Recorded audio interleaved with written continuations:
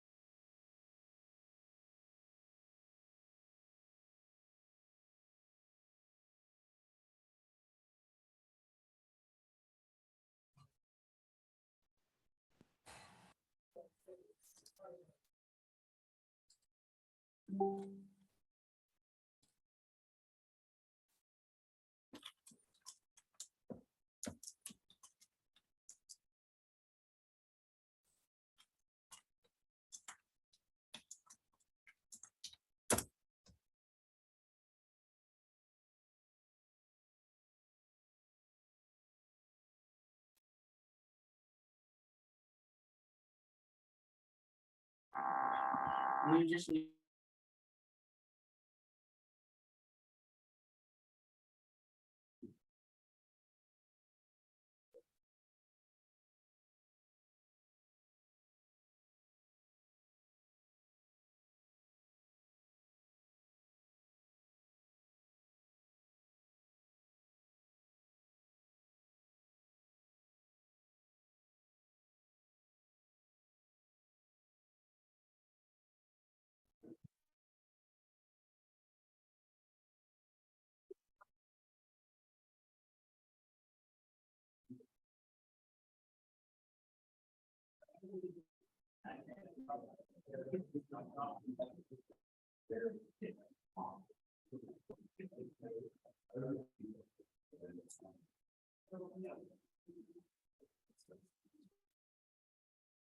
Okay, it's now 1 o'clock.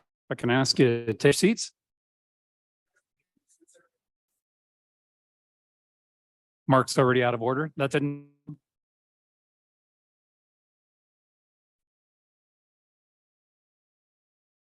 Very good. Go ahead and call to order this Workforce Development Council meeting, May 11th, here in Rock Springs and throughout the state with people joining on Zoom, council members and others joining us on Zoom. We will go ahead and start with, you have the Pledge of Allegiance? Yeah, okay. We'll go ahead and put the flag up here. There it is, beautiful. If I can get a stand, join me in the Pledge of Allegiance. Allegiance to the flag of the United States of America and to the republic for which it stands, one nation, under God, indivisible, with liberty and justice for all. Thank you.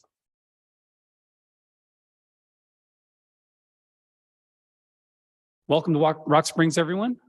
I'll have Ron introduce the building here in just a moment and why we're meeting here. But we'll go ahead and start right now with the WWDC roll call. Jennifer?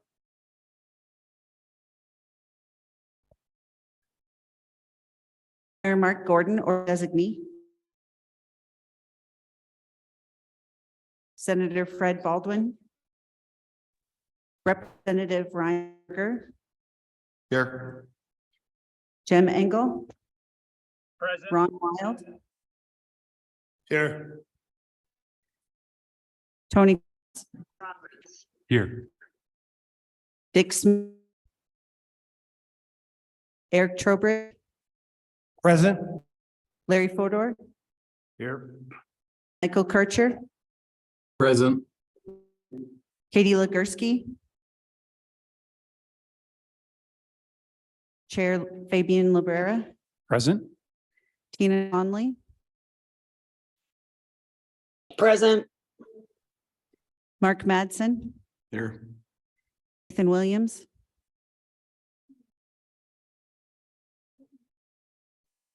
Cornella. Present. Brenda Morgan. Present. Michelle Butler. Danny Bureau.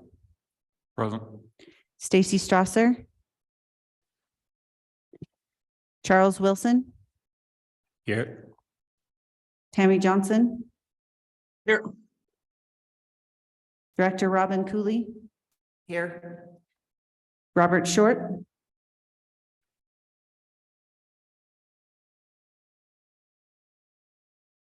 Nikki Harper. Present. Matt Hall. Here. Superintendent Degenfelder or Present. Josh designee. Ron here. Corinne Schmidt or designee. Dr. Sandra Caldwell. Present. Fogarty. Here. Travis Lawrence. Present. Mr. Chairman, you have a quorum. Jennifer. Just as a quick reminder, when you're not speaking, if you make sure to mute your microphones so we don't receive any feedback, distraction, that would be helpful. Thank you. So an email dated 2 days ago that Jennifer sent around to the council, there was a link that I'll call your attention to. That link connects you into a Google Drive account. It has a number of the documents that are going to be used and presentations that are going to be shown at this council meeting. Included in that are the agenda for today's meeting, some hard copy for folks, but you can access your Google Drive. But I welcome a motion to approve the agenda as written. So moved. Thank you, Danny. We have Seconded. great. Thank you, Ron. All those in favor signify with an eye. Aye. Aye. Any opposed? No. We'll go ahead and approve the agenda. Also in that directory were the minutes from our February meeting. And I would also welcome, if nobody has any comments or feedback or things and edits that they would wish to propose, I would also welcome a motion to approve those minutes. Move 2 minutes. Great. Thank you very much, Dr. Caldwell. A second? Second. Thank you, Danny. All those in favor of approving the minutes as stated into the record, signify with an eye. Aye. Any opposed? No. Great. Very much.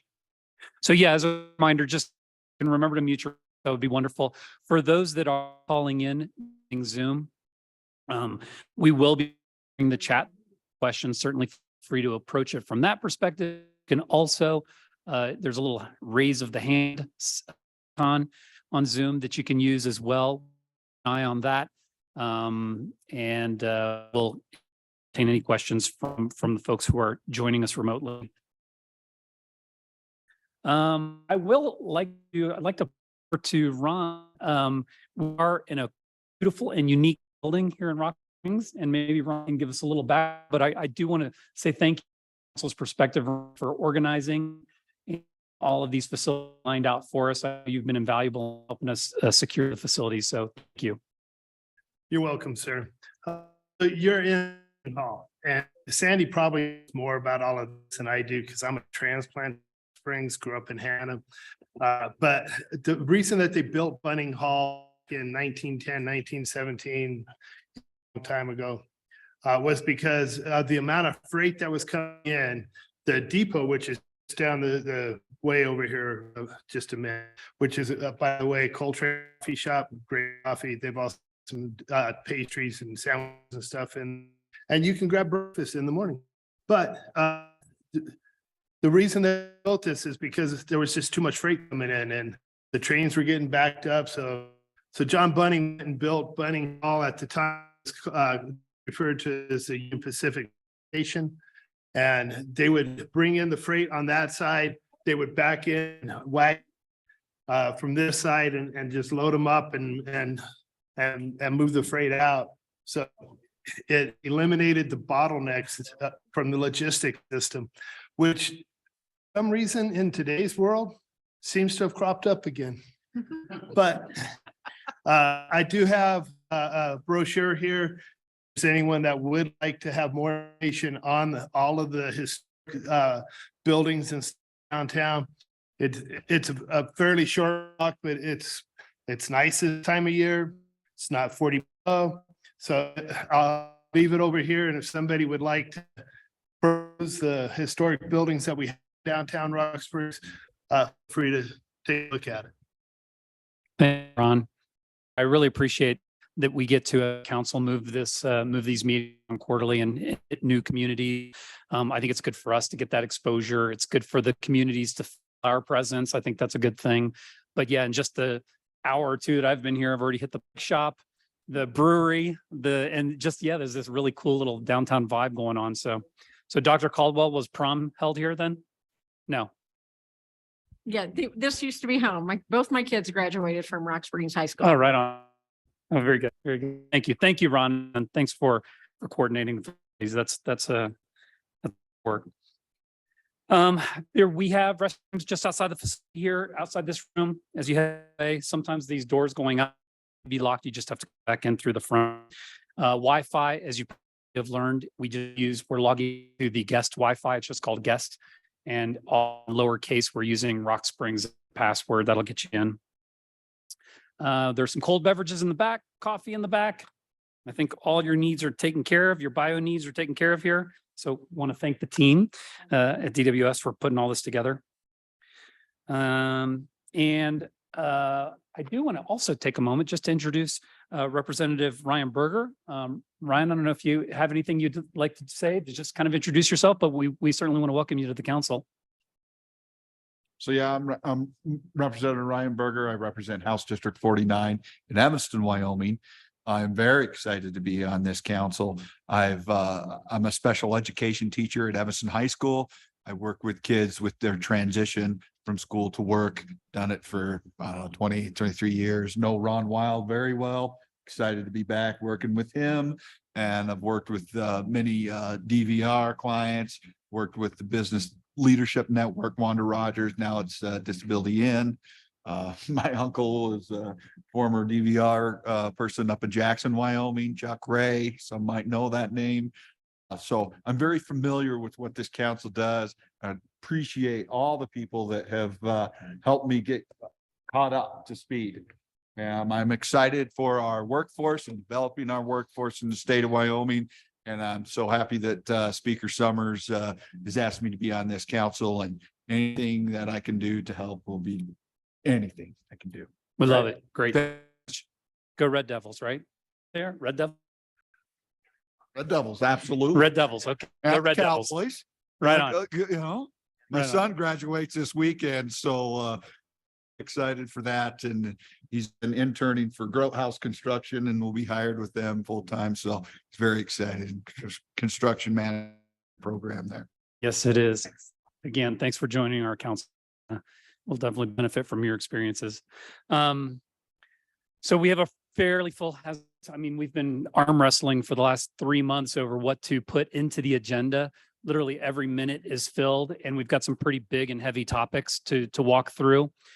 So with that, I'm going to turn it over to Director Cooley, who has joined us in person, and I appreciate her taking time out to be here. And she can walk us through a Department of Workforce Services update. Director Cooley. All right. Thank you, Mr. Chairman. Members of the committee, thank you all for being here. Thank you all to the individuals that are online as well for getting together. This is a jam-packed council meeting with some critical issues to discuss. And I hope you all had the chance to pull up some of the documents on the Google Doc, and in particular, if you would now, what I would like to discuss with you, if you can pull it up, is the memo from Trevor Mansfield of April 28th, 2023. That is a memo that discusses our annual funding model for program year 23, as well as adjustments to the allocation in program year 21 and 22. With that, I'm going to ask that, no, it looks, let's see, looks like this. The headline for that title. It- That document is called WWDC Annual Funding Model. Perfect. Right. PDF. Righty, very good.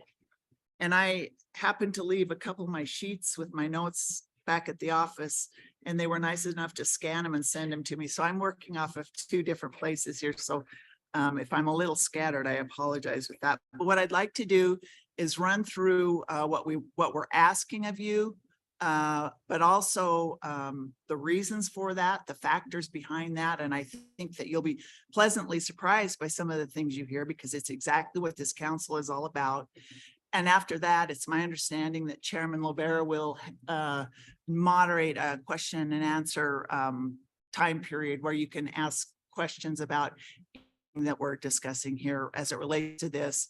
You will get a chance to then kind of think about it, to talk to each other, to us during breakouts, or and then Trevor Mansfield will then present again tomorrow with some more specific information, and we will ask that you vote on it tomorrow, if you would.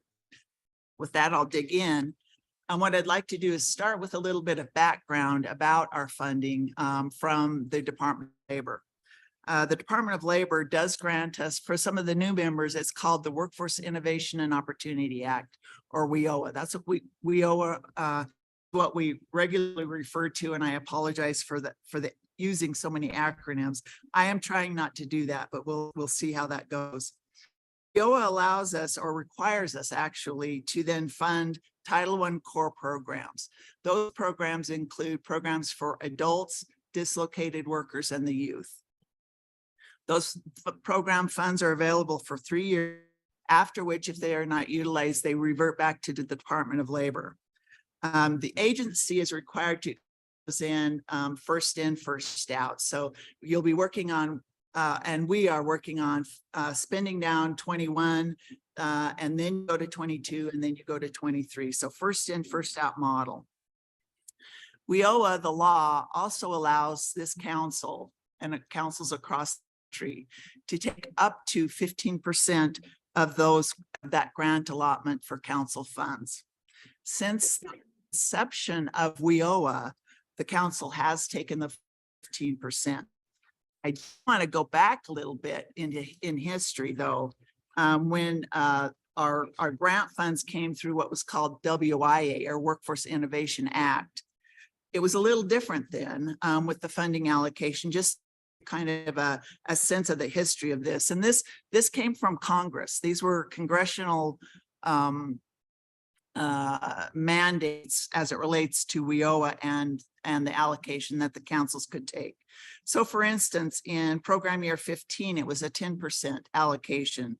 Program year 14, 8.75.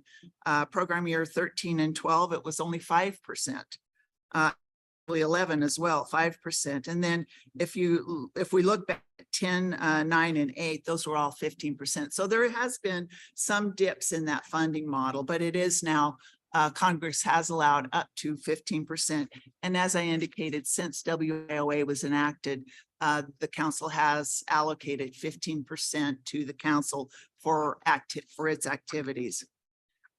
Several things have happened in the last couple of years, and it wasn't just the pandemic, however, that have required us to take a relook at this funding model and to come back to you with a different recommendation. And I want to walk through the reasons for that with you. They're good. It's good news. From my perspective, it's good news. And it's news that I want to increase to you, but it does require that we recommend additional funding come to the agency as opposed to the council. The first of those reasons, and it's something that we're all here about, and that is we are serving more clients. This year alone, we will serve over twice what we did in the last 2 years. That's what we're all about. That's what we want to do with these funds. They're funds for these individuals across the state. We are serving. When I first got into this position, we had a real problem from DOL as it related to our youth funds. We were not spending them the way we should, and we were not spending them down.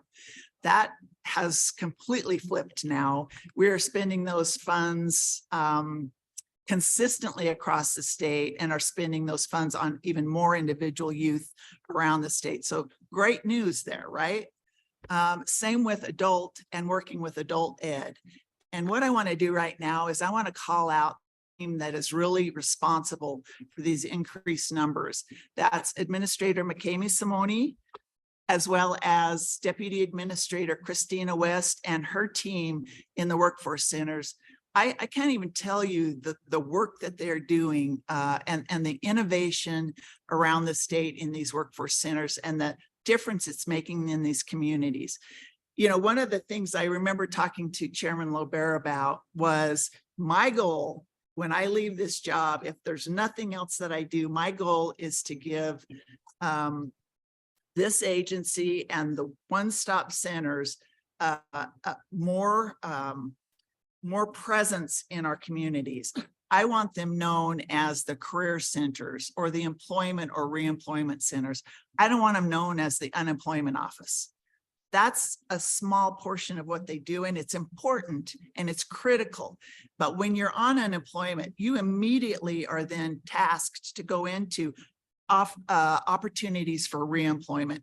That's what we're all about, is getting people into employment opportunities. And that's really that slight change is starting to happen, I think, with all of the efforts of Holly and Christina and their teams.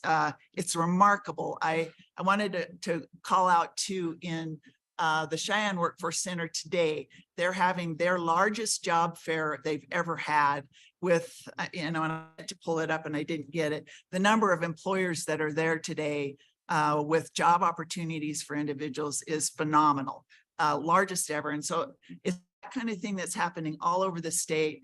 They're getting to the schools with the school educators and the guidance counselors. They're getting into the colleges.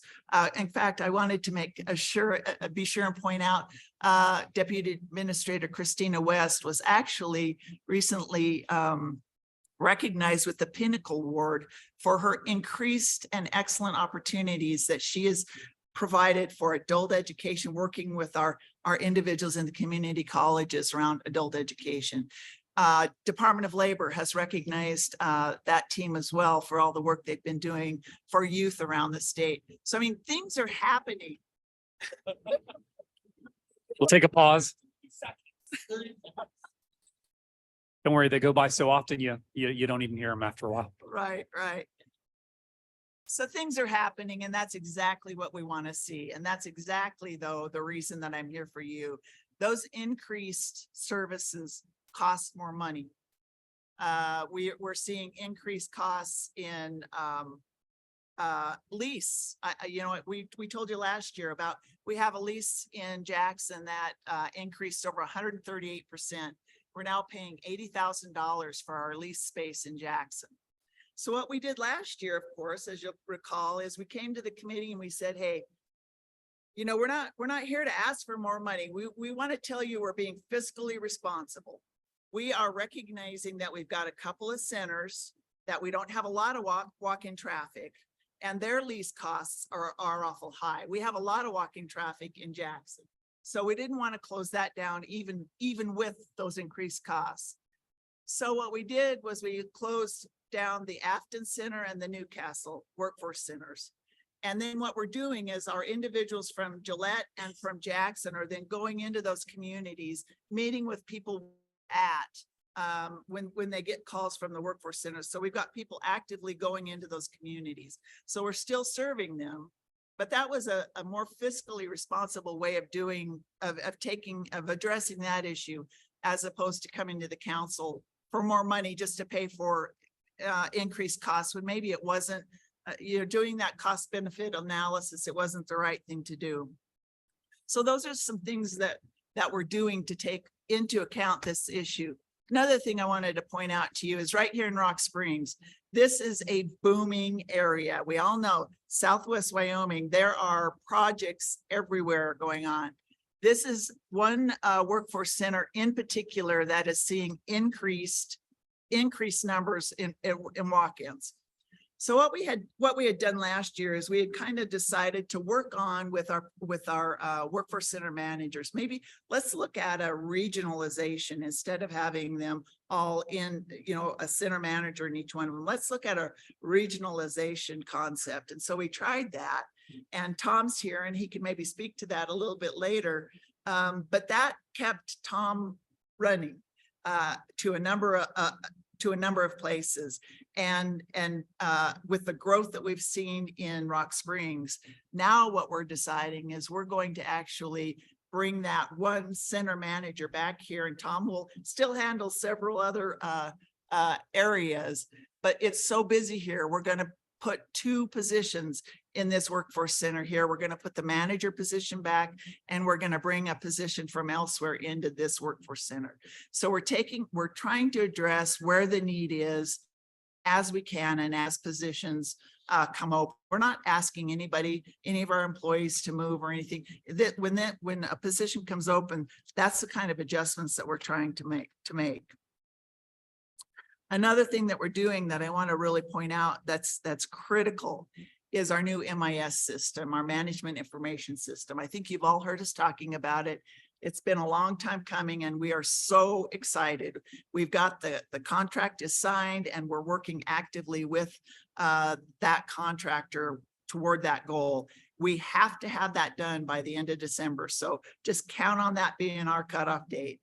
But what that MIS system does, and the real critical thing that it does, is we own the code, we own the system.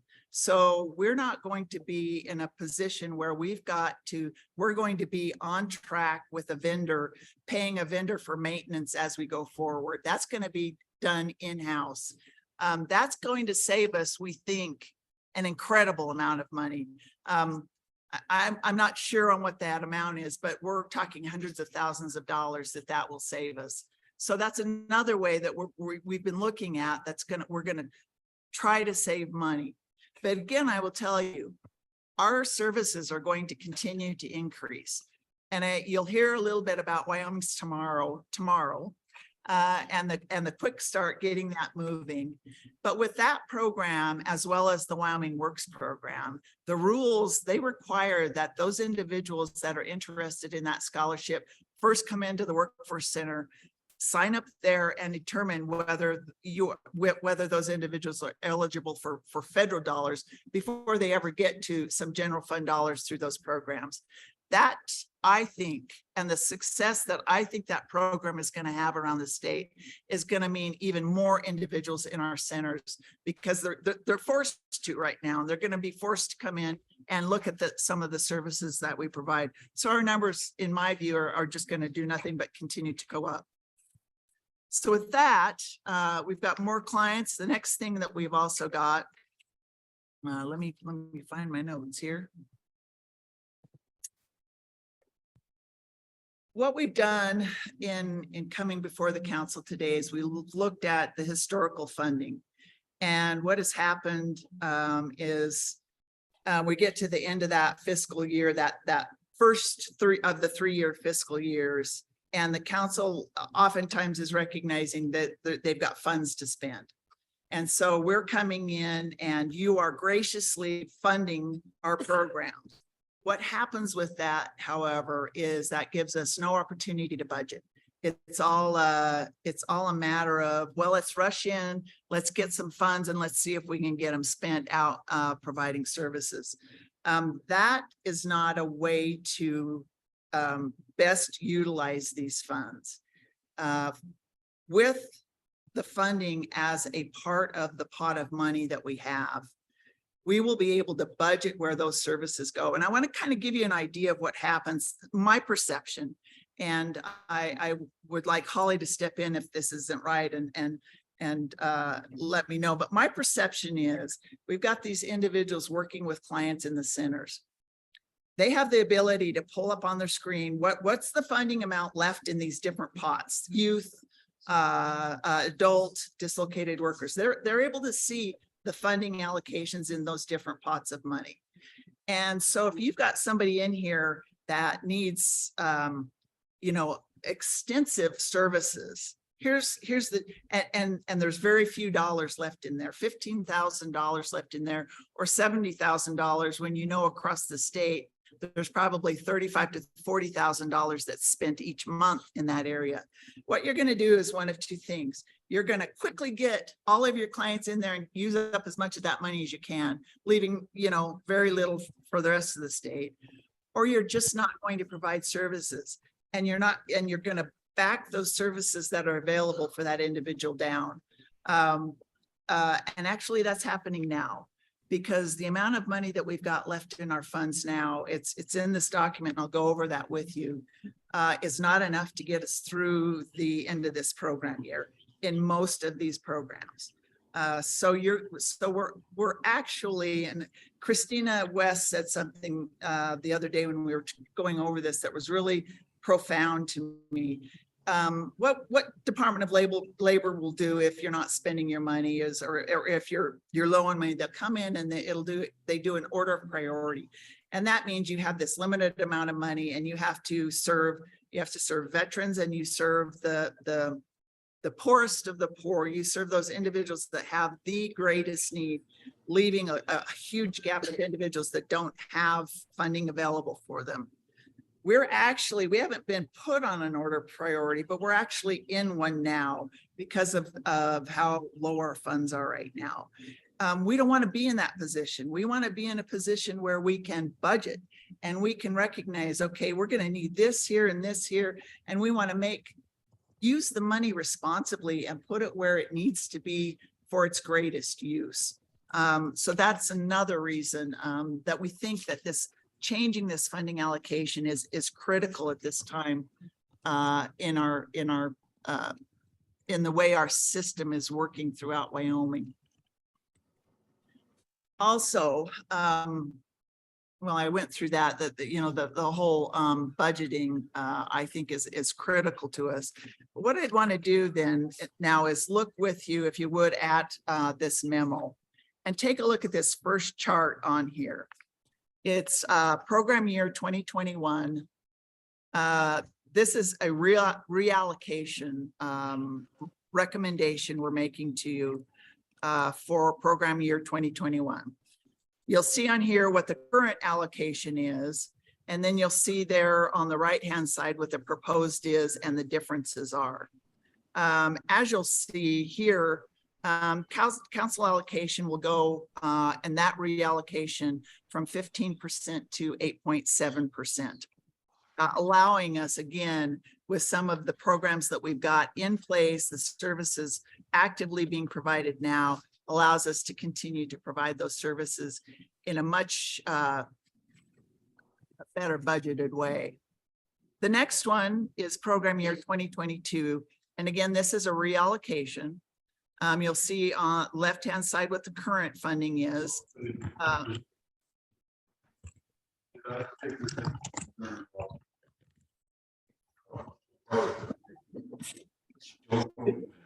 If you're on Zoom, if I could ask you to mute your microphone, that'd be helpful. Thank you.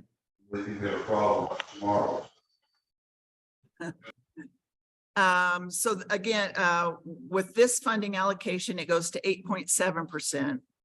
But if you look at program year 2023, this is really where we're recommending a change in the allocation amount.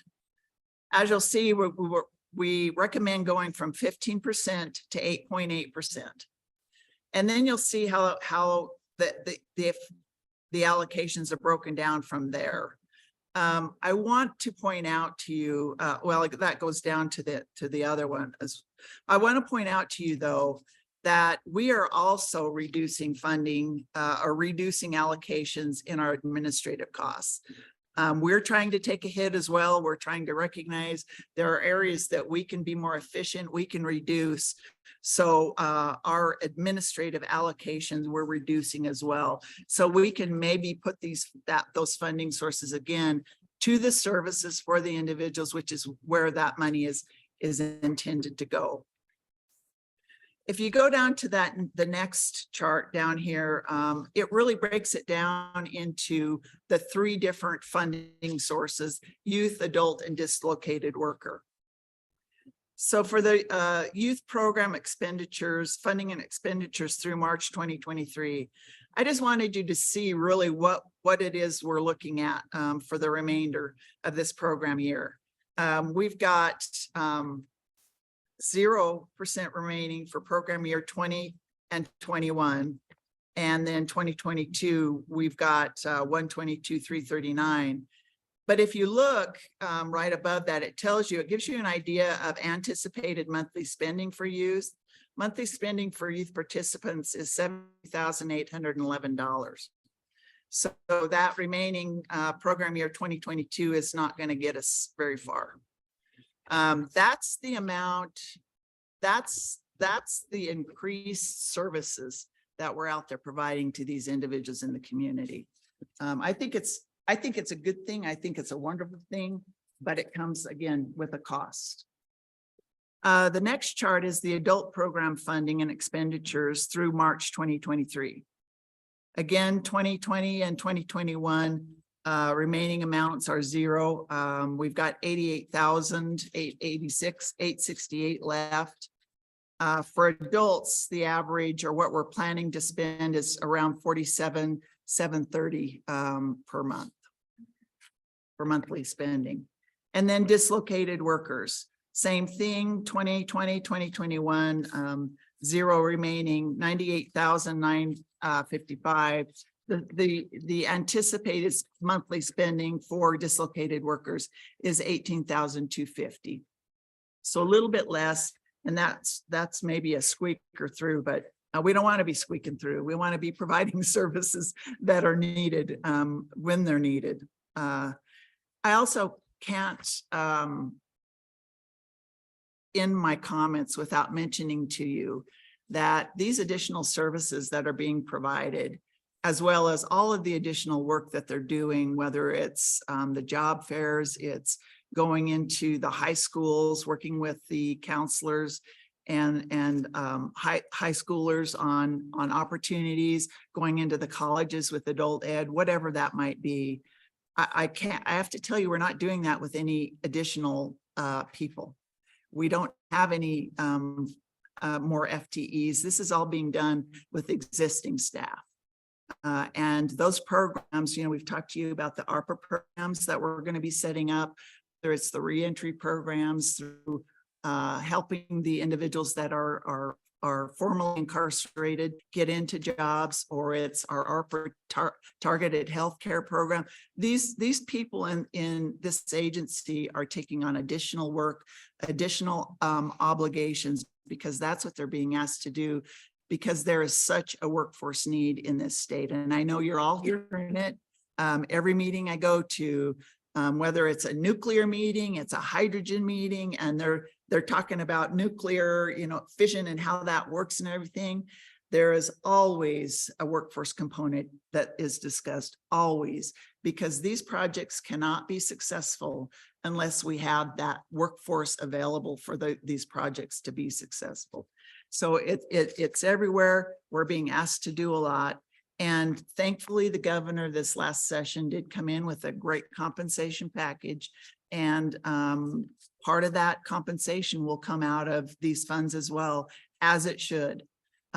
Most state agencies, of course, or a large majority of them get their funding from general funds, and those compensation raises will come from general funds. We're only 9% generally funded. The majority of our raises are going to come from these funds or funds from other federal or special revenue source fundings. So we're not getting extra money here to help out with those raises. It's got to come out of here. And I'm the first one in the line to tell you that every person that's getting a raise will surely, based on my view over the last several years, deserves that plus some. So that's our recommendation. On this last page, I wanted you to take a look at these budgets. It shows the current budget with current funding model based on April expenditure reports. And it just gives you an idea of, and again, some more, the 15% set aside, amounts remaining, when they needed to be spent by, so they don't revert back. What the council has here for the April expenditure. And then below that is the recommended funding model based on April expenditure report. So that gives you an idea of, with the 15% reallocation to 8.8% in that 2023 budget, gives you an idea where the funding difference is. And with that, I've talked a lot. I hope helped you understand the situation in our workforce centers, the great work they're doing, the great opportunities that are out there for our workforce that we really need to make sure that we're there helping support them, have the ability to take advantage of those opportunities. And with that, we're recommending to you that this funding allocation model be adjusted in accord with what this memo identifies. I want to let you know this did go to the Strategic Performance and Finance Committee. I'd be clear with that. They did vote to bring the conversation here for more consideration, because it is such an important topic for all of us to understand. So thank you. I'm happy to answer any questions or rely on my expert team to do so. Great. Thank you very much, Director Cooley. Dr. Caldwell, do you have something to say? Mr. Chairman and members of the council, I just want to provide a little bit as well. And thank you, Director Cooley, for all of that. I just want to emphasize a little bit the work that Department of Workforce Services has done and our adult ed program has done together. Director Cooley mentioned the Pinnacle Award. I just want to highlight just for a second, because their expenses have gone up. That's in that letter, but they are doing the work. It is really incredible. It's because there are heads coming through. And I just want to let everybody know, not just that they're doing a good job, and I really give a lot of credit here to Christina West and to the adult ed director, Diane McQueen. I'm not sure if you all are aware that the state of Wyoming is the highest in the country, the highest for co-enrollment with Department of Workforce Services and adult education in the country. They're really getting the work done. So that's why nominated for the Pinnacle Award. And that is showcased right now. I just checked on their website for the National Association of State Workforce Agencies. So it is really, they're getting it done. And Director Cooley mentioned that it's the 8 colleges But it's also, we also work with the BOCES, UNT County BOCES is one of the specific ones, and Department of Corrections.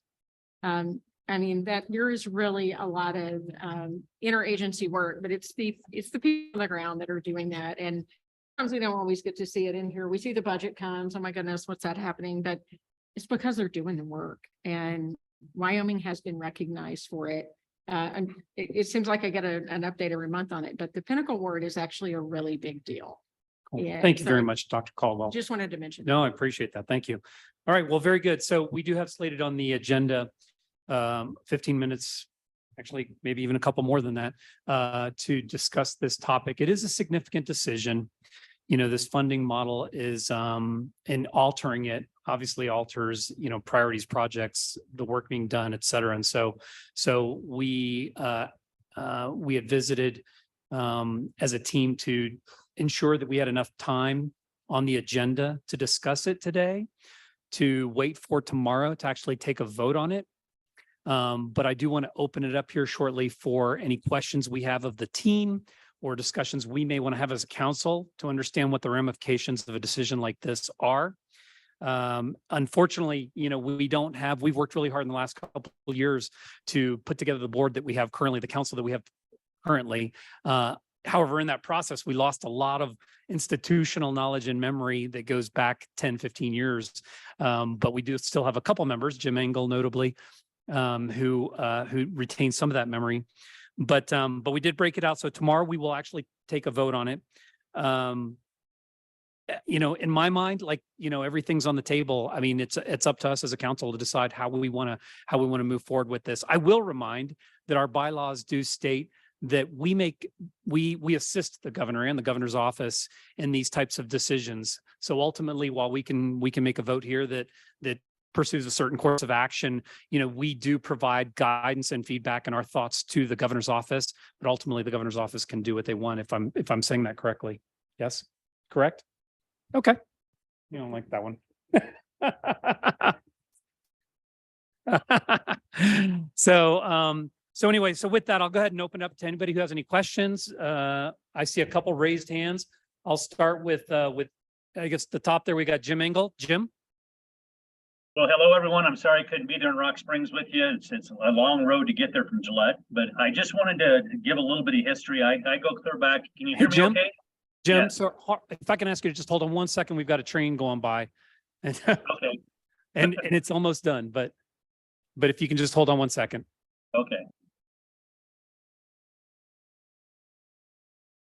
Okay, that sounds like we're in a pretty good spot now, Jim. Okay, is it better now? Yeah, it is. Thank you. Okay.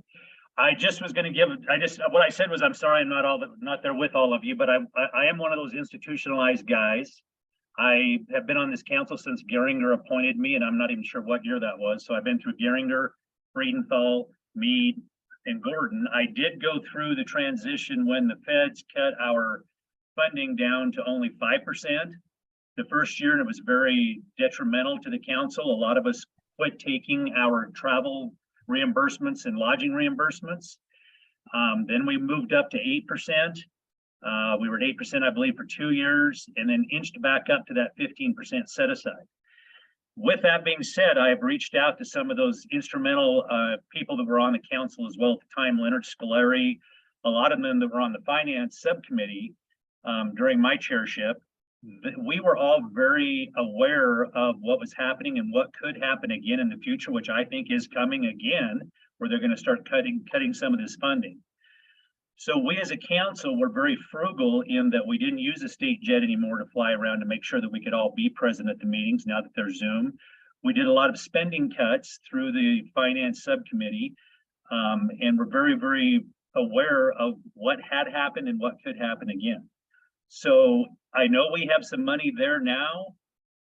It probably may not be there in a year or two if the feds do some cutting. I feel like that the council has jumped in, been very responsible as far as the monies that we have. And for us to give that money, and Robin, I know you guys have a great team. I know everybody works hard. I do know there were raises given to a lot of the state workers, which is well deserved, but from the private sector side of it, if I look at my budget and there's not money to give raises, we don't give raises. And when I look at a lot of the programs that we're doing, the youth, the adult, only 20% of that money that we're giving or that's there currently is actually going to the clients. I mean, a lot of it is admin, the workforce center staff. There's a lot of overhead before it actually gets to those clients. And I know that we have to have our staff to help our clients, but the numbers just aren't on a private sector's type spreadsheet, in my opinion. That's just my opinion, but I do know when we went through that 5%, that 10% cut, it was detrimental to the council, and we all bucked up and said, you know what, we won't take reimbursements. We're going to throw our money in, we're going to keep it going, we're going to keep it functioning and make it work. So there's a lot of history that I've reached out to. I've reached out to Leonard. I've reached out to a couple other of the council members that were on during the time. Also some of the staffers, Jeremiah Riemann, a lot of the staffers from the past that went through it. And it was a scary time, and I think it might happen again. I see it coming. So that's my 2 cents. Great. Thank you very much, Jim. Tammy, you have your hand up? Yes, sir. Thank you, Fabian. So Robin, this is awesome that you're able to take a look at this and look at these funds. My question, a couple of them, is one, how will then the things for the council look different? We've been doing Zoom. I've never ridden on the state plane. I don't know where you're going to cut from what we currently do. So I'd kind of like to get a sense of that. And then some talk about rent and salaries and things. This may be too complicated for this conversation. So if it is, that's fine. How do these salaries under operations interface with what the state budgets for salaries? And then when the state grants raises, you're bound to grant the raises out of this fund for that. I would assume, but I don't know how that works. And then the committee, I didn't catch the name of the committee that sent this over to us to take a look at. How did they feel about it? I don't know that they punted it to us. They just wanted us to weigh in as well. But how did they feel about it? What was kind of their reaction? But I want you to know I'm fully supportive of what you're looking at. I just had those questions in the background. Thank you, Tammy. I'll start with, and I'll break those apart, but I'll start with Robert Short, who's the committee chair for the Strategic Performance Committee that had originally, I guess, heard this a couple weeks ago, I guess, right? Yeah. Thank you, Mr. Chairman. Yes, the Strategic Performance and Finance Committee did discuss this ad nauseum in the allotted time that we had available to us. And as you can well imagine, anytime you're talking about money, the conversation becomes very intense. I will not say that there was a resounding support, nor was there a resounding opposition. It was a very strong recommendation that it come before this body so that the entire group could have a robust discussion and try to come to some arrangement where we understand what the need is and we're balancing to the best of our ability what our resources are and the allocation of those resources in trying to fulfill the mission. Great. Thank you very much, Robert. Director Cooley, did you want to add to that? I sure would. In response, thank you for the questions, Tammy, and thank you for the comments, Jim. I appreciate that that historical look at it. I would say in response to your comments and the comment from Tammy asking about how it affects operations, the way that this was developed and the way they reached this 8.8% for the funding allocation for 2023, as well as the reallocation for the other years, was to look back at how funding has actually been spent by this council in the past. In other words, if money was at some point provided to the agency, that was taken into account, and this is actually a representation of how money's been spent with the agency in the past. So you know that this just wasn't a kind of a number that was thrown out there. There was thought behind it, so that the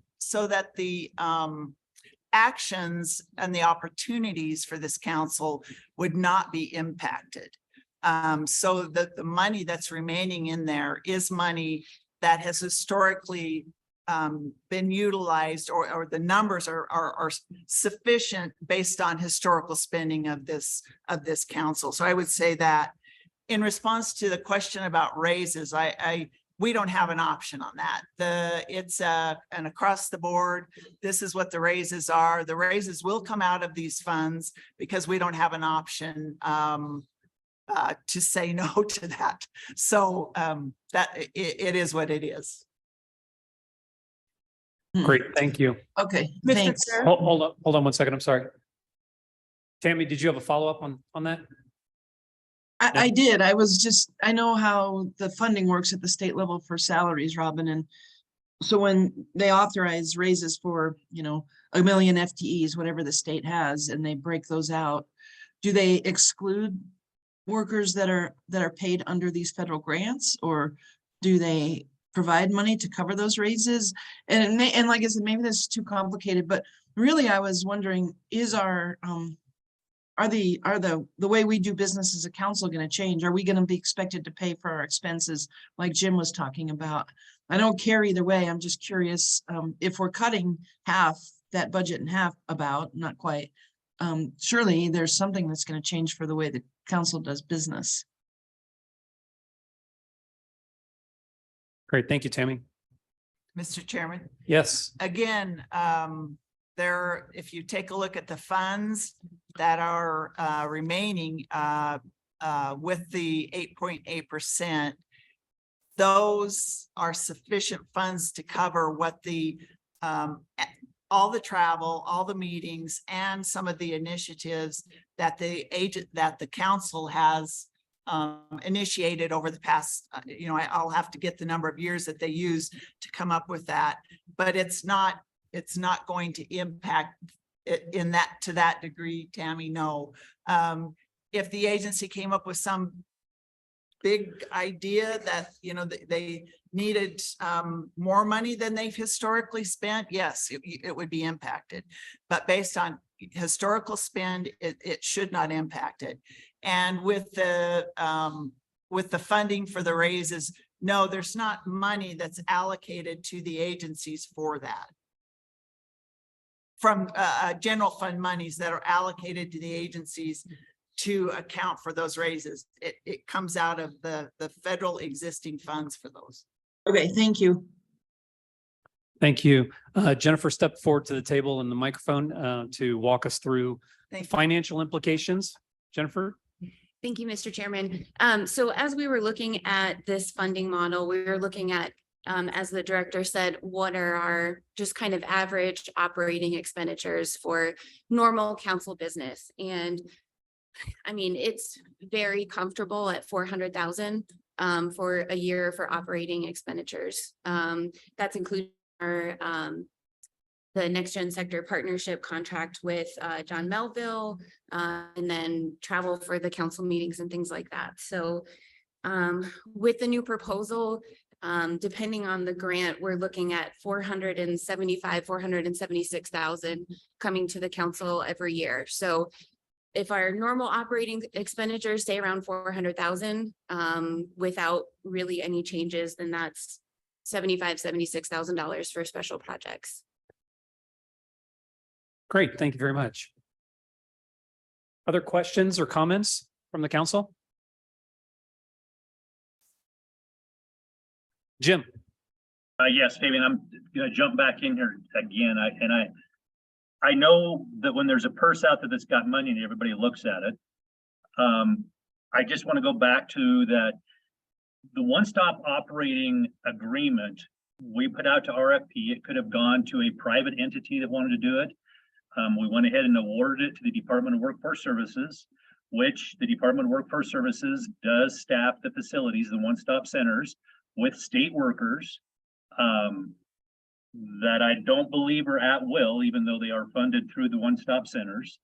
If we had awarded it to a private company, would they be able to come to this council and say, hey, you know what, we are overpaying, I'm not saying overpaying, we're over budget on what we had anticipated, and would we be willing to give them our purse strings to be able to do with the 15%, cutting it down almost in half. So I just really, I keep going back to the historical things that we've been through with some very Leonard Scaleris and Keith Zabkas that were very financially responsible and made sure that the council had money so that we could jump in and help different things, like with the $500,000 request for the operating system or whatever it is. So I just really feel like the council has put ourselves in the position of being financially responsible.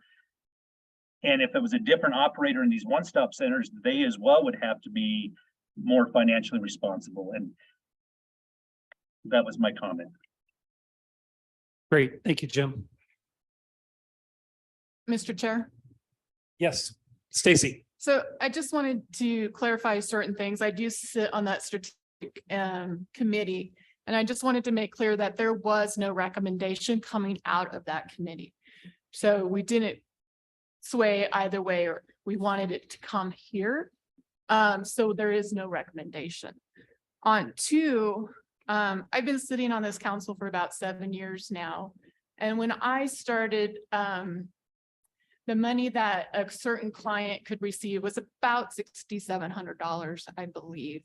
And at one point, Workforce Services came to us and said, we're not serving enough clients to spend that money. So can we bump it up? And so now I believe the clients get about $13,000, which is a lot when you consider some of the clients that I work with that I refer to Workforce Services, they're not going for $13,000. And I don't know if we have that kind of information of how many clients we're serving and how much money is going to those clients. That would be good information to have. Because if you're talking about how many clients that Department of Workforce Services is serving, does that include walk-ins that might be coming in to get a job description or whatever that might be like? My concern of dropping this pretty much 50% is that I think the council is finally getting momentum to do projects with the Next Gen partnership. When I first started, we really didn't have that kind of momentum to work with industry, to have projects of what the industries need. And I think with what Larry's doing, what Ron is doing, there is really that momentum, and to give up our funds so that we could help in that way is a little concerning to me. I know working in the government sector for quite a while in my own career is once you give money away, it's not coming back. And if it's going for raises, which I understand is, I mean, we all love to get raises. That is money that this council will never be able to bring back, because then we have to say we're cutting someone's position. So I think I would love to see some more data on, can we bring that $13,000 back to $6,700? How much does each client really need to have? Is that part of the issue? And, we've allocated funds. And I know that gets away with your budget because you can't budget in every year, but the council can allocate money to meet their budget for different projects. So, to say that we have to give up half of our money for every fiscal year, I'm a little concerned about like that, as I have said. And I was trying to think there was one more thing, but I can't think of it. So, Mr. Chair. Great. Thank you very much, Stacy. So we're just about out of time now. We're going to be moving to the next agenda item. However, it is a significant discussion and decision. I'll just add my perspective as chair for this council. I've been on the council now for about 6 years, and the chairmanship role is for the last 1.5 to 2 years. And so as you're percolating tonight on part of these discussions, I understand what the director's coming from. We do share a very heavily overlapping vision and mission for what we're trying to accomplish, which is to service our workforce around the state. I think there's a lot of things that can be looked at as it relates to that. Everything from, this last year, we closed 2 of the brick and mortar locations because they are expensive, because they are a lot of overhead. And we live in a time now where, half the council is sitting on a Zoom call comfortably in their home offices or in their work offices in their locations.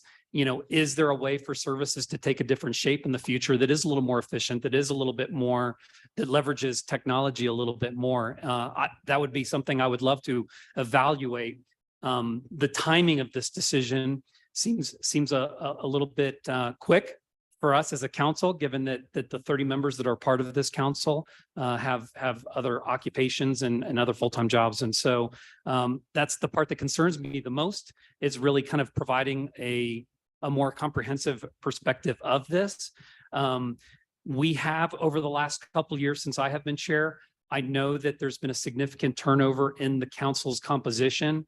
And there's been a team of people on this council that have worked very hard to ensure that we're getting the highest quality influencers, ambassadors, people around the state who can be a part of these discussions and join this council and volunteer their time, their travel, their energies towards this effort. And I feel like we're there. And so we haven't spent in the last couple of years, or 3 years even, at the velocity or the clip that we have in the past, when we had a bit more of a stable and knowing and experienced council. We're kind of feeling our way in the dark a little bit, and I feel like we're starting to hit a stride. So losing some of that funding concerns me.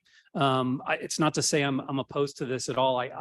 Again, we have a shared vision and a mission. So if there's ways to service that, then I'm in. But we do have a lot of initiatives we do get involved with, and some that are growing, like the Next Gen Sector Partnership Initiative, our contributions to the Safety Summit. In your Google Drive, you'll see where we have spent money. And Jennifer will gladly walk you through how we have done that in the past year, 2, 3, or 20. And you can get some perspective into that. So there's a lot there. I'm just, again, I'm not trying to sway or push anybody in any specific direction. I'm just sharing some of the things that are ruminating a little bit in my mind. And I welcome tonight, as we're at dinner or during the breaks, please visit with staff, visit with Director Cooley, visit with me, visit with Jim, visit with other people in the organization and our council to get to a point where you feel like you have the information you need to make a decision. I don't know that the decision is necessarily binary. I don't know that it's we fund it or don't fund it. There may be some half steps in there, some potential middle ground that we can find. But I share Stacy's concern. I know how government funding works.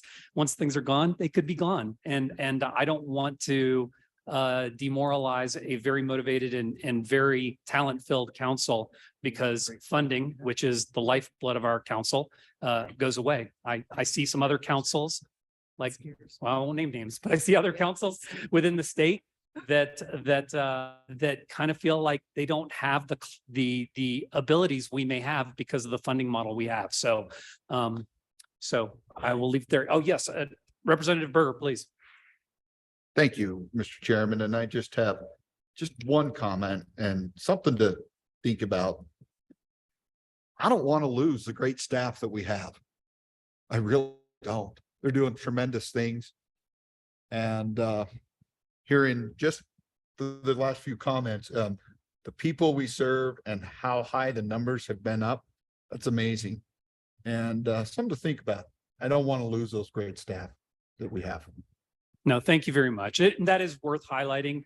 Dr. Caldwell did that. I know Jim feels that way. I certainly feel that way. I've worked personally and directly with several of the staff members at the Department of Workforce Services, notably Christina, notably Holly, notably Shay, and they are top flight people. I don't want to lose anybody on our team as well. I'm just saying, are there other mechanisms? We don't just invest in salaries within this organization. We invest in brick and mortar. We invest in a lot of different things. And so again, that's why I wouldn't mind taking a little bit more time to look at it. I'm not sure how much time we have, but Director Cooley, if you can kind of speak maybe to the timing of the decision and why it's relevant to bring that up now.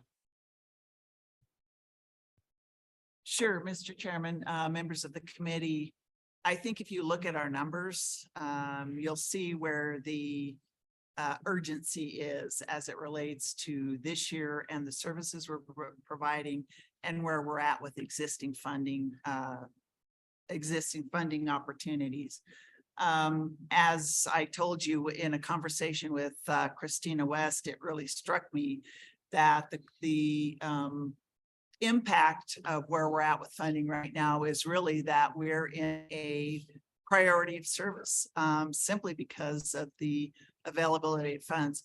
This is not due to anybody not budgeting. This is not due to the inefficient use of funding. It is due to the increased services that we are providing to citizens in our communities. And I cannot emphasize that enough. I'm concerned about the focus on the wages. We're asking for, yes, that's part of it because we don't have an option. But at the same time, we're asking for additional funds to provide services out there. We want to continue this momentum that we have in our workforce centers that are in every community in this state. We want to continue the momentum we have to provide those services and increase services to the citizens in those communities. It's critical. And if we have to pull back on that because we pull back on costs, or we pull back on services because we go into this priority of service situation, then that just makes it all that much harder to get that momentum going again. So I understand this council has a lot of momentum as well, but these folks are on the ground in the communities providing hands-on services. And I think that that's what these funds are for. And that's why we're here today. Thank you. Point well made. Thank you very much. So what I'd like to do now is we have a little bit of time built into the agenda. We didn't have a break scheduled on here, but actually I'm exhausted now. So I wouldn't mind taking 10 minutes. We'll reconvene and then I believe, so Holly, if you're okay with that, we're going to take 10 minutes and then we will come back and Holly will walk us through a workforce programs update, which ties directly into this as well. But thank you guys very much for your deep consideration of this. Again, just remember that we're all on the same team working towards improving, enhancing Wyoming's workforce. 10 minutes. We'll reconvene at 2:18. Mr. Chairman, there are snacks back here from Sidekicks, which is just around the corner. Thank you, Ron.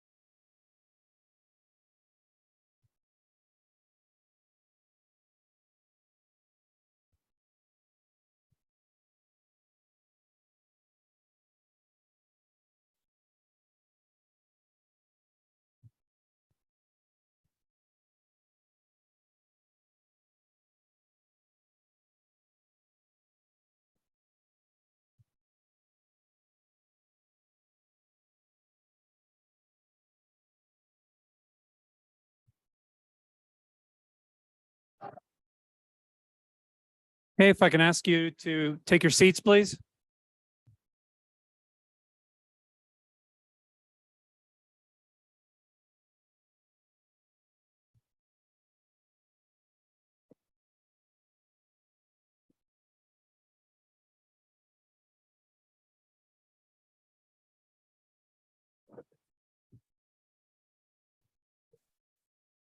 There's chocolate dipped waffle things. Oh, thank you. Hey.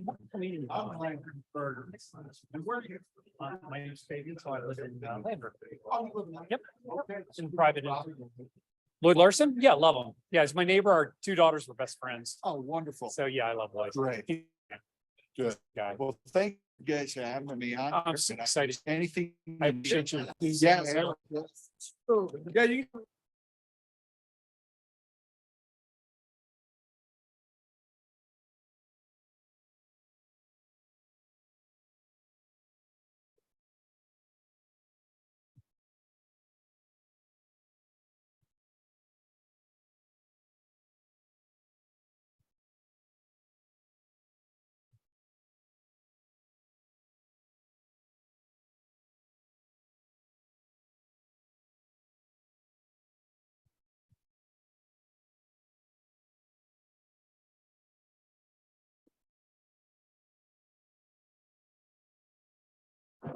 If I can ask you to take your seats.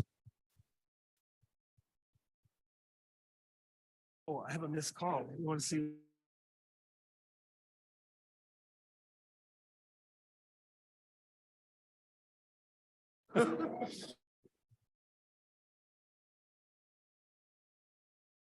Excited to move into a workforce programs update.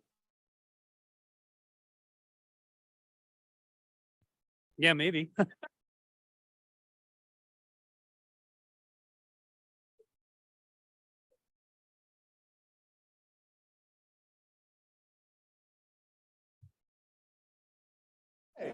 If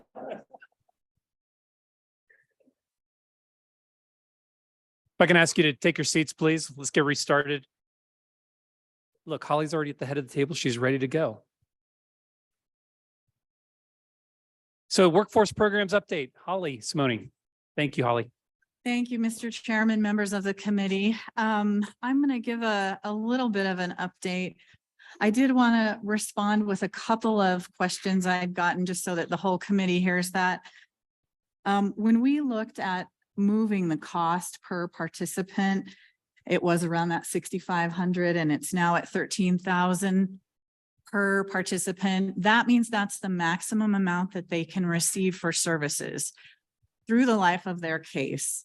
So not everyone gets that 13,000. Some might get 2, some might get 5, 13. It just depends. And the reason we increased that amount was because costs had substantially gone up. If you look at tuition for a year at a community college, it's about 4,600. So that doesn't include books, kinds of things. And then stage trucking is about 7,500. So if you get through those training programs, that leaves very little for any additional services. And so we weren't meeting our quotas and our closures and our successful placements. And so that was one of the ways that we chose to serve our clients with rising costs. If we serve them with work with Wagner Peiser, there is no cost for that. That is just a service that our staff provide to them for resume and job hunting and those kinds of things.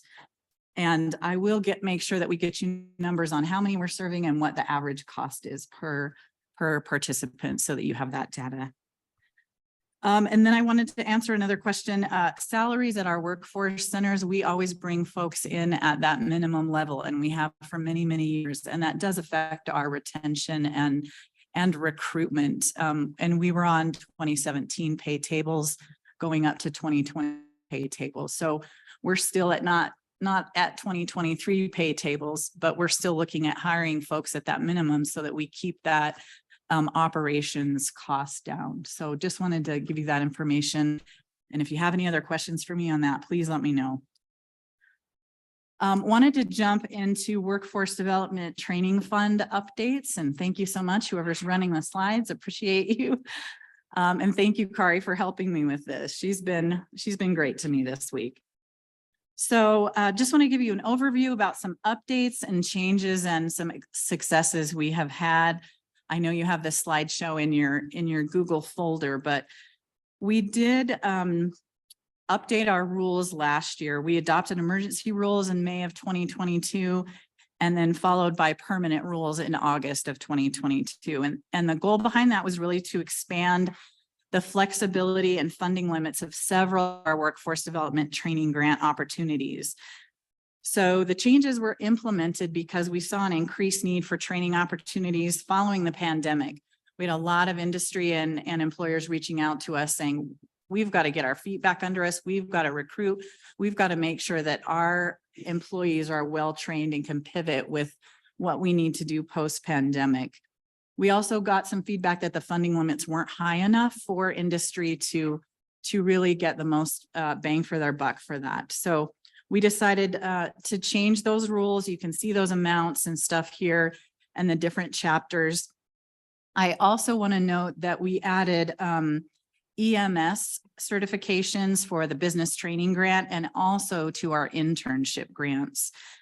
Our internship grant allowed for up to 10 interns if that entity had a registered apprenticeship program, because we like to see internships kind of flow into pre-apprenticeships and apprenticeships and really that career pathway. On this slide, we also mention preferred industries. So I just want you to know that we follow along with your preferred industries and what you designate. And so we have construction, financial, healthcare and social services, manufacturing, technology, hospitality, and tourism on those. Next slide, please. On this slide, on the dark color, you can see that's for fiscal year 2022, and the gray is for fiscal year 2023 through March of this year. So you can see by the graph, the increased funding amounts and flexibility were overwhelmingly successful. And we saw a huge increase in the applications. Because of that, we had to pause applications in April of this year in order to kind of reassess where the funding's at and the volume that we were getting and make sure we had a good strategic plan moving forward. Next slide, please. So this slide is going to show you Fund 528, which is our Workforce Development Training Fund balance. You can see the statute there. But basically, the way this program is funded is we have a UI, Unemployment Insurance Trust Fund, and then we have a UI State Trust Fund. So the State Trust Fund, anything that is interest or investment earnings, that goes into Fund 528, which is this fund. And you can see that we had reserves over the years, starting back in 2017 until 2022. And we really took a look at the feedback and looked at our balance and decided this was prime time to make sure we get as much funds as we could out to our communities and our employers. Our original goal was to push out 4 million within a year. And we did that in about 6 months because we were so overwhelmed with the feedback. So I think that's a good thing. We were just taken by surprise a little bit at the outpouring of response for that. It's a great thing. Thank you. There's so many people that don't know much about the program, and now it seems like Yeah, they're starting to learn, and you guys have been wonderful with it. So I agree with you. And thanks to all of you, because I know we asked for your help in getting the word out, and you've been amazing at making sure that people in your communities know that and access our grant. So next slide, please. So moving forward, I just want to make sure you're aware of our new Workforce Development Training Fund parameters. As of May 1st, if you get on our website, there's new information. Applications for all the grants will now be accepted the first 7 days of each month, as long as funding's available. And we have updated our grant applications to reflect those new parameters. So the business training and the internship grants opened up May 1st with these new parameters. And you can see here the business training grants are really to improve an employee's skill deficiency or upgrade their skill level. As of May 1st, those funding limits are $2,000 per trainee or 3,000 if that employer is considered in a preferred industry. And then internship grants are really that opportunity to offer that structured learning experience to individuals. And as of May 1st, businesses are eligible to up to 3 internships per year or 480 hours per intern with wages up to $18 per hour. So you have that slide, but it's also on our website. Mr. Chairman. Yes, can I interject for just one moment? I will say, there's a number of different training programs, and as council members, we get asked about these programs. I think we're having lunch today with the Innovations Foundation. Director Cooley was being asked by the manager of the brewery across the street, hey, wow, I heard you guys talking about training programs. I'm interested, right? And so I think we have to have enough information in our pockets to be able to share a little bit about what some of those opportunities are. But I would encourage you, and tell me if I'm wrong here, but the team is extremely, what's a good way to say this, creative in ensuring that training is getting out to people, but that it also has to comply, and we've got to dot our I's and cross our T's, but they're creative in making that happen. So certainly feel free to reach out to the team in Cheyenne to do that properly. So. Yes, thank you, Mr. Chairman. And that team, as Mr. Chairman said, is small and mighty and agile also. So when things change, they can really pivot. They're great at walking you through something or returning your call and trying to walk you, being creative and innovative in your grant. So kudos to them as well. Okay, next slide, please. We also have new parameters that are going to be finalized soon that will go into effect June 1st for our remaining grant programs. So that's our apprenticeship, and that's a training grant. That's different from our other apprenticeship grants that we've had. We have our pre-hire economic development grant program and our pre-obligation. So we are looking at how we can really make some sound decisions and strategic parameters for these grants.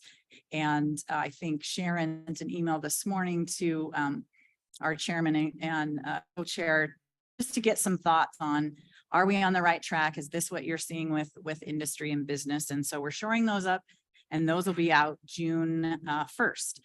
I also wanted to let you know that we got some feedback from industry and some legislators that said, hey, your application's a little cumbersome and clunky. Can we talk to you about how that might be easier and look different? And so Sharon sat down with them, got feedback, and all of our applications have been updated. They are also now in Google Forms, so people can just apply, at home or at work, and they don't have to use a paper application. And so we're trying to get more digital and streamlined and make sure it's efficient for you all and your businesses as well. Easier to navigate, less cumbersome.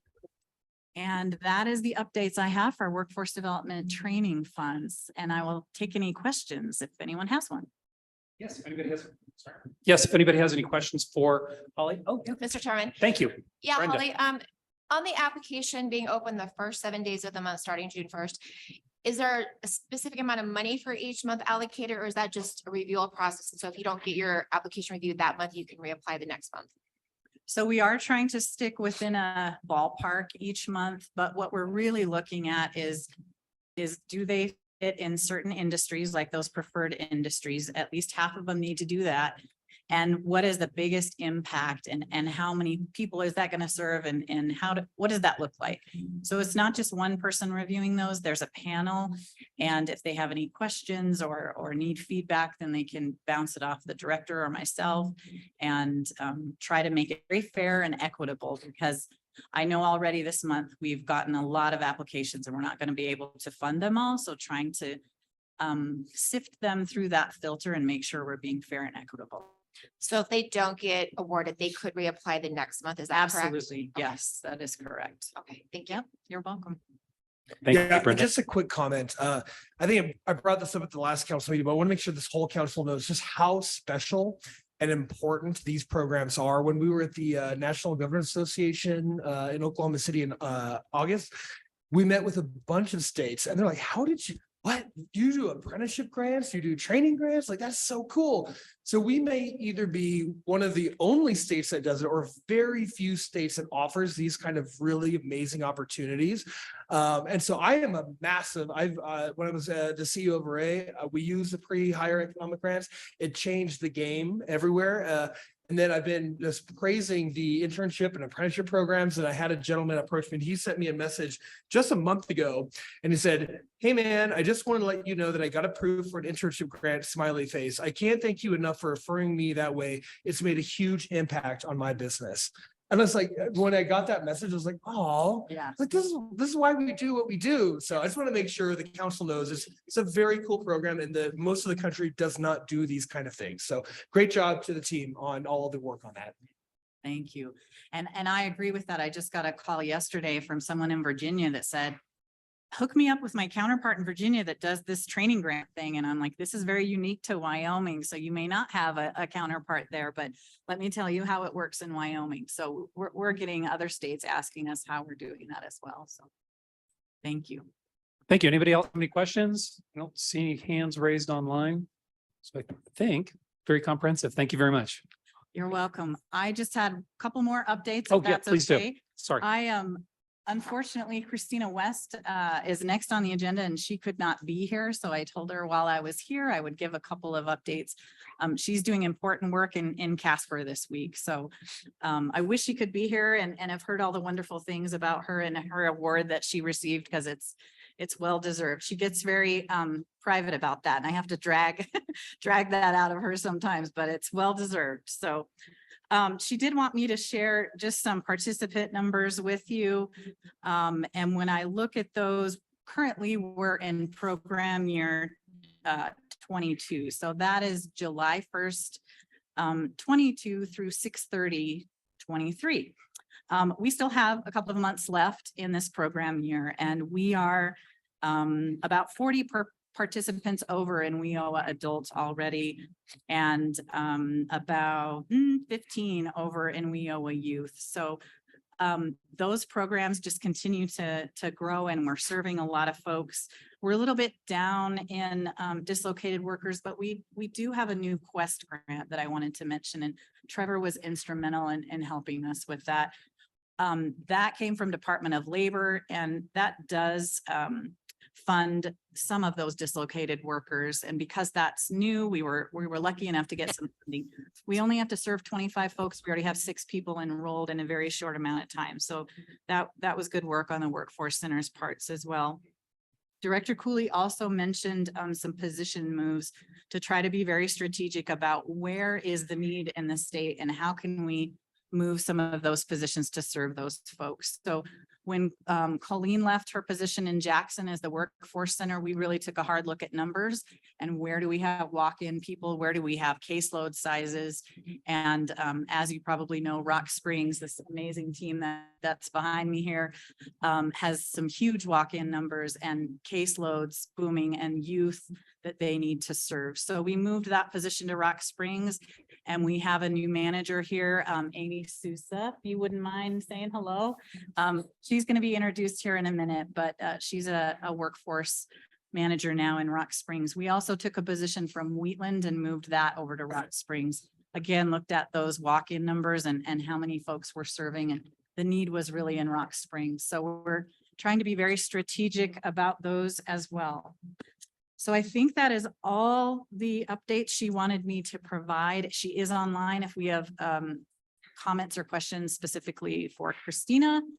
And that I think is it, Mr. Chairman. Thank you. Great. Thank you very much. Christina, are you online? Maybe. Okay. Does anybody Yes, have any I am. questions? Oh, yeah. Wonderful. Yay. Does anybody have any questions for Christina or Holly? Christina, anything you want to add? Mr. Chairman and council members, I apologize, I'm not able to be there. I'm in Casper. We're busy with lots of things, but I'm excited to hear more just really want to hear more on your thoughts with our spending and I appreciate the director and Holly for all the words. I know that my team is working really, really hard and we are definitely open to feedback and different ideas. But we really don't want to stop the momentum and all the great work that we're doing. We're just really seeing great things. So I hope that's considered in your decision making.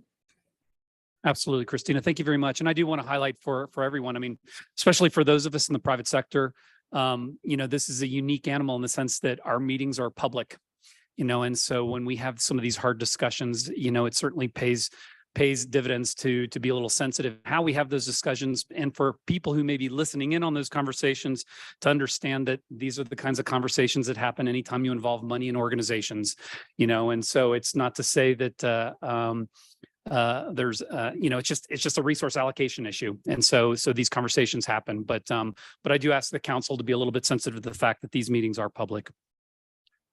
Thank you, Christina. Thank you, Holly. Wonderful. Now we've got the Southwest Regional Team Workforce Center, and we've got Amy Souza. Tom, help me pronounce your last name. Soproni. Thank you very much. Thanks for joining us today and welcoming us to your neck of the woods.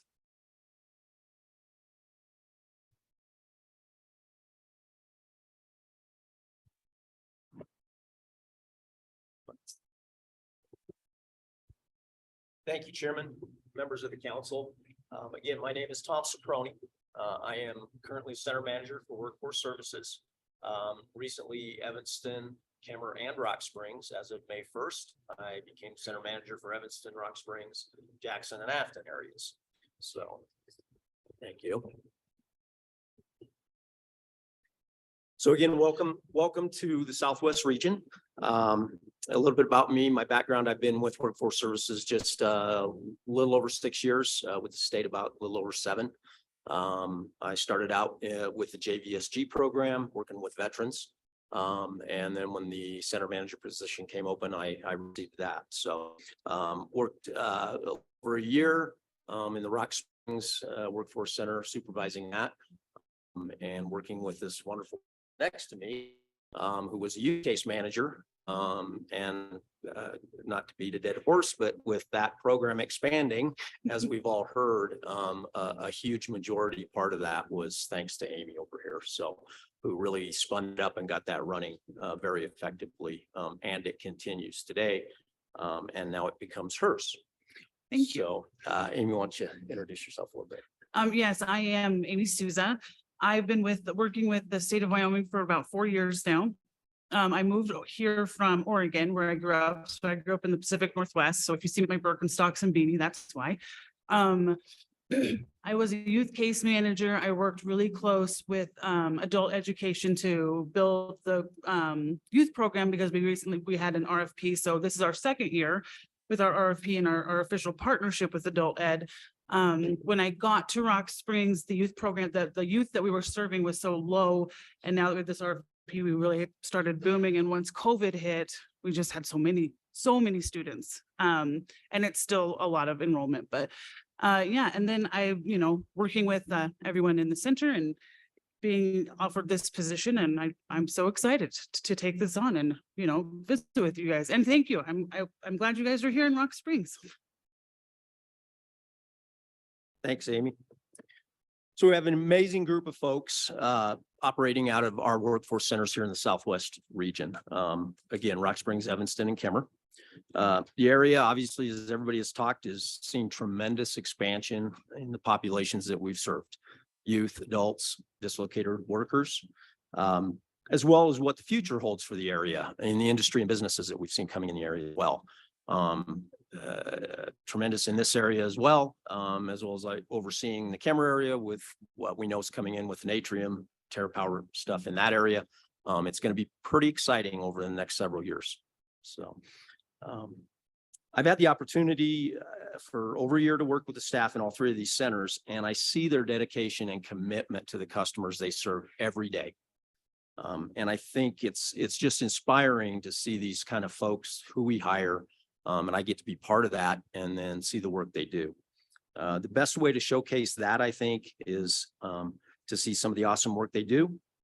is to introduce you to several of our staff members, and get a glimpse into their efforts and the impact that they have on some of our customers. So with that, I'd like to bring up a couple of our caseworkers from the Evanston office, youth caseworkers. Dave Welling is here, and a lot of you here may know Dave. He is around the state quite a bit. He is one of our youth caseworkers, as well as he is transitioning into a business rep worker for us. And he's also going to be a co-convener for the Next Gen partnership with us, in support of Next Gen with the Southwest Manufacturing partnership that we have. So me and Dave have known each other well over 30 years, coming from the same background and profession. I will give the floor over to Dave for a minute. I think he has somebody to introduce that I think you'll find very amazing. Thank you very much, Tom, for that introduction. President, council people, excuse me. I was hired August of 21 after 29 years of law enforcement. My wife told me to get out of the house and get a job. So I applied at the Workforce Center. And they told me I'd be working with youth, which is a passion of mine. It was when I was working law enforcement, working with juveniles. And so I kind of got thrown into the fire right first because we were enrolling kids as soon as I got there. And Amy Souza took time to come over and train me and show me a few things. And the first class I had 10 students, and it's I don't know if you know the enrollment process. It's a 4-interview process. So it's not an overnight thing. And last July, I got a call from a probation officer saying, from Rock Springs, says, "Hey, I've got a kid that was court ordered to your program." And I said, "It doesn't work that way. It's one of the qualifiers, but it doesn't work that way. He's got to take and he's not going to turn 16 till the day your class starts." And I said, "Well, let's go. We can work this out." And I had some bias coming from my background because the kid was coming from the boys' school, and I'm like, I don't know if I want this kid around these other kids. I don't know if that's a good thing or not. And so I said, well, he's got to take the tape test. And so the day of orientation was the first day I met this young man, and I'm looking for this worst case scenario kid, and I meet this Terry Jepson kid, one of the nicest, most polite, genuine people you'll ever meet. He took all of his tape tests that same day. 800's the highest you can get on the math. This kid scored a 773.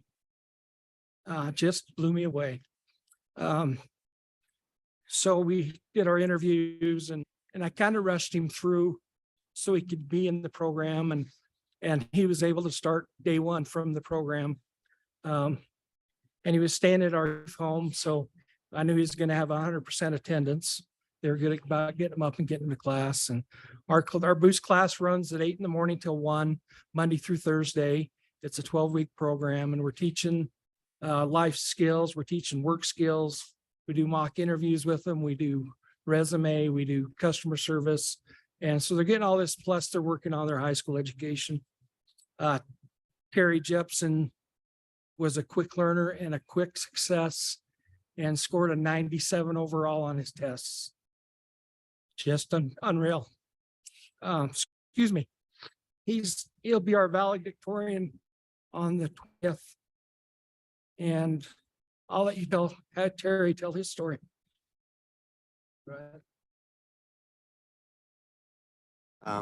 There we go. I transitioned directly from the boys' school into the Boost program. And because I've been through, over the last 3 or 4 years, I've been through several state programs. And because of that, I was behind on high school credit. So it was the decision of my team to place me in the program to obtain my high set. And I only have praise for the Boost program. It's incredible. Obviously, the main goal is to get students to obtain their high sets, but along the way, there's several other several other classes that provide anything from basic life skills to job training, business classes. It provides everything that any of the students that go through it would need to succeed. And then, I mean, these are people who are going to go through trade schools, graduate from colleges, young men and women who are going to have huge impacts on the business economy of Wyoming.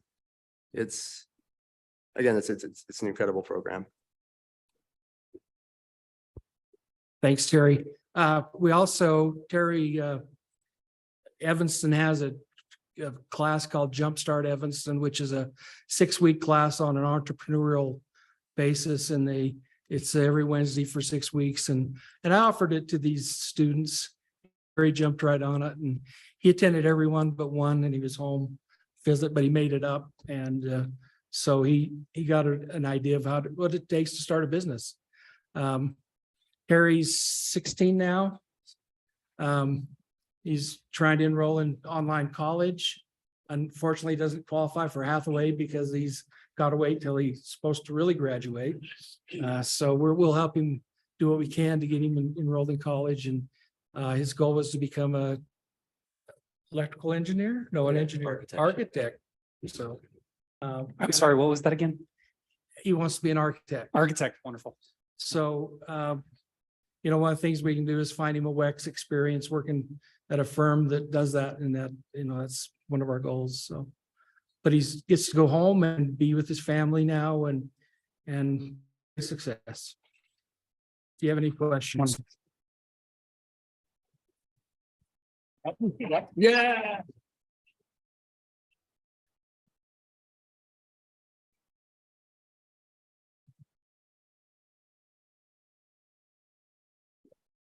Yes, congratulations, Sherry, and Tom also as well to you. And then Terry, yeah, if you ever want to switch from architecture to a computer scientist, you know who to reach out to, me.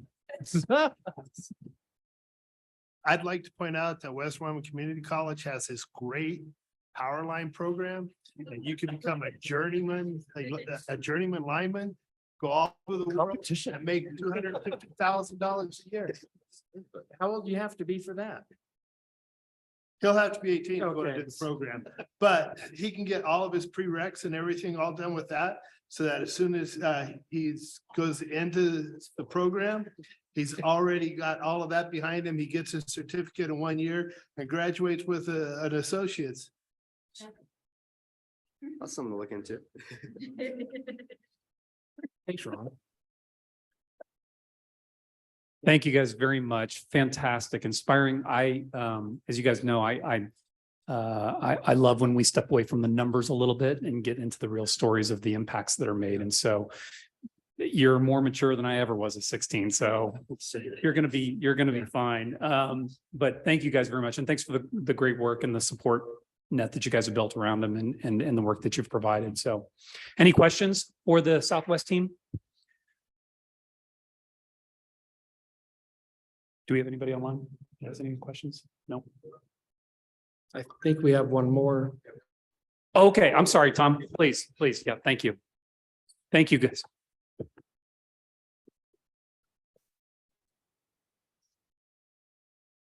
Just as a real quick introduction, brilliant young man. Yes. As I said, I to come full circle. As a center manager, I get to act as an employer as well, hiring and recruiting staff. And Kelsey Ficker here with us. She's a youth case manager out of Evanston. And bringing it full circle, I think she'll have a interesting introduction on how she came to be with us as a staff member. Thank you, Tom. So I'm Kelsey Ficker. I've been with Workforce Services in Evanston for about 6 months. I primarily work with youth, and I'm starting to get into the WIN case management stuff. Today I was asked to speak because I have been a participant in multiple programs and services that we offer and that we work with. So just a little history. In 2011, I dropped out of high school when I was 17, about 2 months from graduating as a junior. I wasn't making very good choices at that time. Wasn't really a good fit for traditional school. Somehow I came across the Boost program and got myself enrolled. My parents were quite shocked because they thought I was just maybe going to fall off the wagon there a little bit more, but I got enrolled with Boost and I graduated that program in 2011. So now I'm not only a Boost graduate, I'm helping other kids go through it as well. During that time in Boost, I was the salutatorian and I earned the National Honor Society of Adult Education. I had so many plaques and trophies and certificates. Oh my. I did really well. So fast forward a little bit. Unfortunately, I did continue to make some poor choices in my life. I ended up pregnant and having a baby in 2015 when I was 19. During that time, I was working with DFS and Workforce Services. I was enrolled in the POWER program while they were helping me get my child support stuff in order. And with my daughter's donor, I was on the program for about a year, which really helped me as a single mom. I was waitressing. I was going through drug court at the time. So a lot was going on. So that extra funding really did help. I moved out of my dysfunctional family's home, started gaining more self-sufficiency for myself. About that time, I was referred to DVR, started working with them in August of 2016. They helped me financially as a single mom, helped me with my books and tuition. I started school working on my associate's degree at Western Wyoming Community College, graduated there in May of 2019 with my Associate of Arts in Psychology. Little after that, I moved to Colorado, attended Colorado State University. That was during the times of COVID, so that was a very interesting time getting your bachelor's degree, but I did it. I graduated last August with my liberal arts degree, minor in sociology. And I'm still, DVR helped me through that whole way. They were very supportive, very helpful. Yeah, and then I started work at Workforce in November of 2022, kind of helping the same population of people that I kind of went through. And now I start my Master of Arts in Sociology here coming in August. So I've kind of taken a full swing and kind of been through the program, and here I am. So the program works, and it's been great, and it was so helpful for me, and I was so blessed with all the help and support that I got through it all. So That's wonderful. Thank you very much. Thanks for your poise and your courage to share your story with us. thank you.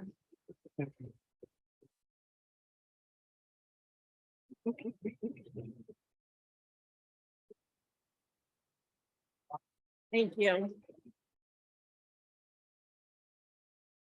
No, it's those types of stories that I know inspire the efforts of this council. So thank you guys both very much. Very much. Thank you. I just want to say I was on the hiring committee for her and she knocked our socks off. She is so great. Awesome. Wonderful. Did anybody have any feedback, comments, questions they want to offer? No, thank you very much for that. That was great. Okay, so since I'm from Rock Springs, we've been working, and like I said, I've been here for 4 years. I don't know if you guys remember in 2019, around November, we had a gigantic layoff at Halliburton. We had just so many people in our offices every day. It became part of their social routine. Actually, they would come in, bring us snacks, and we'd visit with them and stuff. But we did provide a rapid response for this layoff. It's one of the programs that we offer at DWS. So we provided a rapid response. I met Stanley Chittister here at this rapid response. And we were, as talking about new directions and the programs that we can offer him after this layoff as a dislocated worker. We were able to establish eligibility, get him enrolled in WIOA. And because of this huge layoff and the fact that there wasn't a degree in the area that he'd been working, I think 20 years or 15 years, it was a complete change in trajectory of what he was going to do. And so I've been working with Stanley since that day. And yeah, I think I'll let him tell you a little bit about what that direction was. Oh, microphone. Okay, I appreciate this opportunity. Amy had asked me a few weeks ago about coming and talking to you guys. I jumped the opportunity. Of course, I don't want to follow these success stories. However, it is kind of like from the youth of the youth to the old guy. So it kind of shows where your money's going. Through Amy's help, I happened to be fortunate enough. She was fairly new at the time, and we trained and learned together. But I was at Halliburton 19 years.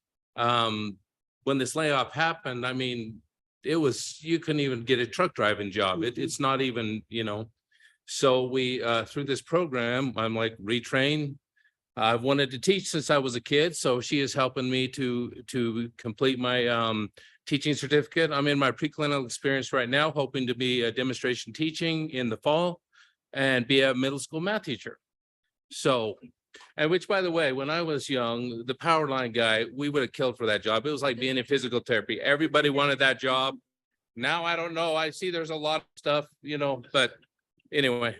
But anyway, so now she's helping me to fulfill the childhood dream, not her, but as well as you people. So I want to just give a thanks with all of my heart that these programs exist. And again, it's helped me. I can't even count what it's done for me because I couldn't have been able to afford to go to school on my own as well as work and everything else. And again, from the youth to the old guy, you're helping everybody. Yeah. So, and I'll welcome any questions or anything as well. So. Thank you, Stanley. You're Thank so you, Stanley, wonderful. for sharing that. Any questions for Stanley? Comments? I have a quick question, Mr. Chairman. Ron, please. Why math?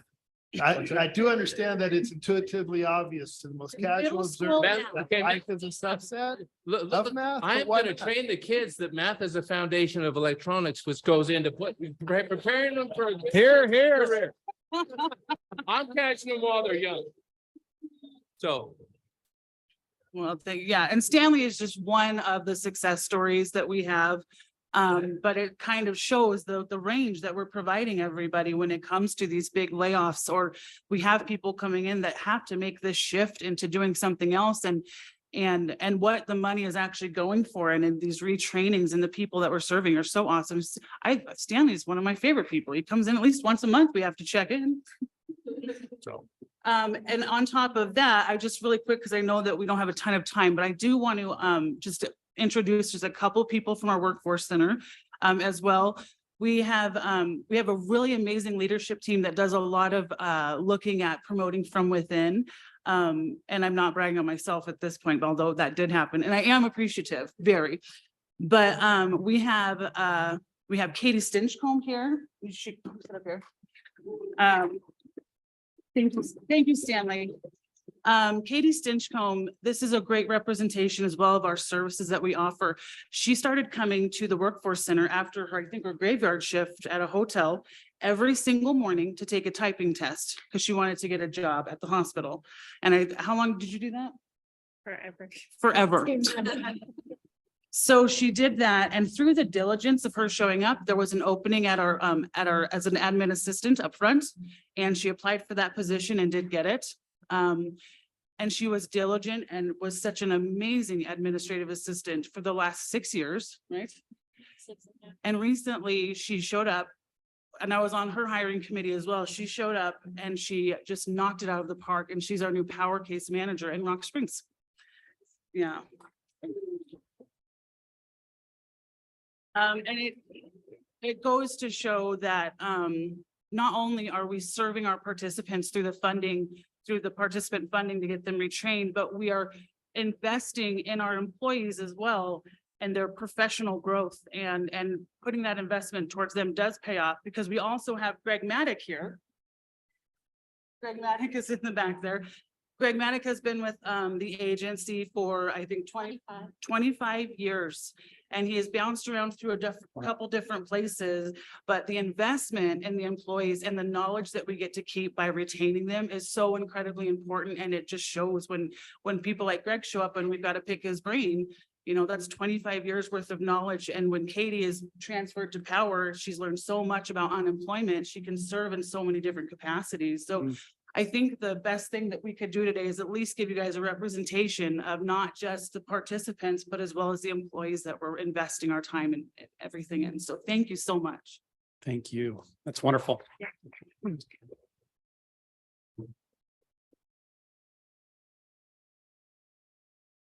Outstanding Southwest team. Thank you very much. Thank you for the great work, and thank you for the inspiring stories. Yes, Representative Berger has a question. Thank you, Mr. Chairman. And I have a question for the director in the Southwest. Tom? Tom, yes. Tom, I don't know if you know much about the Senate File 78 that we worked on during the legislative session, which is the apprenticeship and job training promotion in schools. Can you talk about that, about how you see your team working with school districts. I see it as an enhancement to not only the programs we have and you guys have, but enhancement to the programs. Yeah, an enhancement to that. Can you talk to that a little bit of where you see that going? Yeah, I'm not as familiar with that, Representative, but obviously any work we can do within the schools and helping that out, because I think the programs we have and with the systems we have within the centers, getting those individuals engaged in looking at what's out there. We have so much, whatever they want to go into, we have that research that they can participate in to see labor market research, what's out there, what's upcoming, what's bright outlook things, and take assessments and really get an idea of what might be best for them going forward. So, yeah. Director Cooley. Mr. Chairman, thank you for that question. We actually, and thank you, Tom, we actually have a team that works with the workforce centers, but we have a team in the office. It's in the Workforce Development Training Fund team that one individual in particular is our apprenticeship expert. And she's the one that works with our federal/state apprenticeship expert, Michael Broad. They are the ones that are developing the plan to go into the school districts to talk about and make sure that the school districts are aware of all of these opportunities around the state. So stay tuned for more on that. Yes, Representative Berger. Yeah, and thank you, Mr. Chairman, and to you and your staff, and you amazing job. I know some of you, most of you there, and you're doing a great job, and I'm just so proud of what Southwest Wyoming and Wyoming's doing to developing and doing great things for our workforce. Thank you. Great. Thank you guys very much. Thanks, Tom. Lauren Schoenfeld is going to come enlighten us on the Wyoming Innovation Partnership. Lauren is the executive director selected by Governor Gordon to head up the effort. And so we're very excited to hear more about this. Thank you so much, Mr. Chairman, and thank you for having me. First, I want to welcome you all to Sweetwater County. I know you've heard that a few times today, and thank you, Ron, for helping set this up in this fabulous building. I hope you all enjoy your time here. I'm also a county commissioner here, so I get the opportunity to enjoy having this group and many other groups come through our community and enjoy the things that we have. I'm also excited to see that you get the opportunity to go visit Caltech this afternoon. That should be an awesome opportunity. So, as was stated, the Wyoming Innovation Partnership was created at the request of Governor Gordon in 2021. And really the efforts were set to focus and modernize the workforce development and the resiliency of our economy across Wyoming. So really the efforts aim to better align Wyoming's economic development agenda by increasing collaborations between state entities and ultimately our local partnerships. The partnership involves the University of Wyoming, all 8 of the state's community colleges, Wyoming Business Council, and the Department of Workforce Services. And we also have been working to bring in our partnership with our K-12 educators, as well as our businesses across the state. So WIP really intends to build on and complement existing efforts, which include Wyoming's Tomorrow, Learn to Earn, Wyoming Works, the Next Gen Sector Partnerships, this council as a whole, and the Higher Education Attainment Executive Council. Next slide, please. So I have to say, what does that really mean? The Wyoming Innovation Partnership is a collaboration to align education, workforce development, and industry to support Wyoming's economic development needs. We aim to grow and support the economy and build a highly skilled, ambitious, and qualified workforce through innovation and by linking our community goals with the state's economic strategy. The partnership will be driven by data, and it will ensure return on investment for the entire state of Wyoming. Next slide, please. So like I stated, WIP work began almost 2 years ago, and I've been with the Wyoming Innovation Partnership for about 8 months now. So my work in the first 8 months has really been to organize what's already been completed, identify and begin to track short and long-term metrics, and put together and roll out phase 2 of the program. So I've had the opportunity to travel to all of our community college communities and meet with all of them, as well as many of the economic development agencies in those communities to understand what their needs are specifically, and see how we can meet those needs with the partnership. Currently, we have identified 20 short-term metrics and 19 long-term metrics, and we're working through the process of collecting these metrics to measure the impact that we've already had and then will have across the state. Next slide, please. I know this looks really small in here. I hope you guys can see it on your individual computers, but these are the short-term metrics that we're measuring currently to report back on the impact that phase 1 is making across the state of Wyoming. As you can see, many of these metrics should already be and are already being tracked at the colleges and by Robin's team. And we will be pulling these together for each of the WIP programs, and I will be sharing those programs here shortly. And we will also be collecting the stories that go along with the impact for each of these. Next slide, please. As you can see, these are the long-term metrics that we're looking at tracking. Some of these are going to be much longer term, as in more than just a few years, but they really will include what that return on investment looks like for the state of Wyoming. Once we get to being able to measure these, I believe they're going to be very valuable to looking at the economic diversification and the state that we have in all of the partnerships across the state. Next slide. Thank you. So this is just a brief overview of the phasing and what that looks like for the Wyoming Innovation Partnership. So we are currently in the middle of phase 1, almost to the end of phase 1 through June of this year. And we will be able to bring some measurements and some impacts back at the end of June for reporting. Those will be available on our website, and I will share a QR code for that in just a little bit. And really understanding, where we're making an impact and where we need to shift, I think is really important across all the programming that we do. So phase 2 is where we're going to be able to see some shared curriculum at multiple colleges. And towards the end of phase 2, we're going to see students starting to transfer to the university or enter the workforce, depending on which program they were enrolled in. Phase 2 funding was just announced, and I'm going to go over those in just a minute as well. And then phase 3 is when we're going to begin to realize what that return on investment looks like for these investments, along with the collaboration and the partnerships and what that looks like for the state of Wyoming. We're going to begin planning our phase 2 process actually next week with a retreat that we have coming up. So in phase 1, we have these component areas that we're working on, as well as the program specifically under each of them. We have 6 different component areas and then 17 different programs underneath them. Currently, we've been purchasing equipment, getting instructors hired, building curriculum, and receiving approval and accreditation of curriculum throughout this process. All 6 of these phase 1 components are actually going to be carried on into phase 2, along with 3 new ones that will impact the economics of the state of Wyoming. And we're going to continue to utilize data and determine the impact, the need, and the return on investment throughout. So the goal of WIP is to find long-term sustainable solutions with the support of the collaboration along with the funding.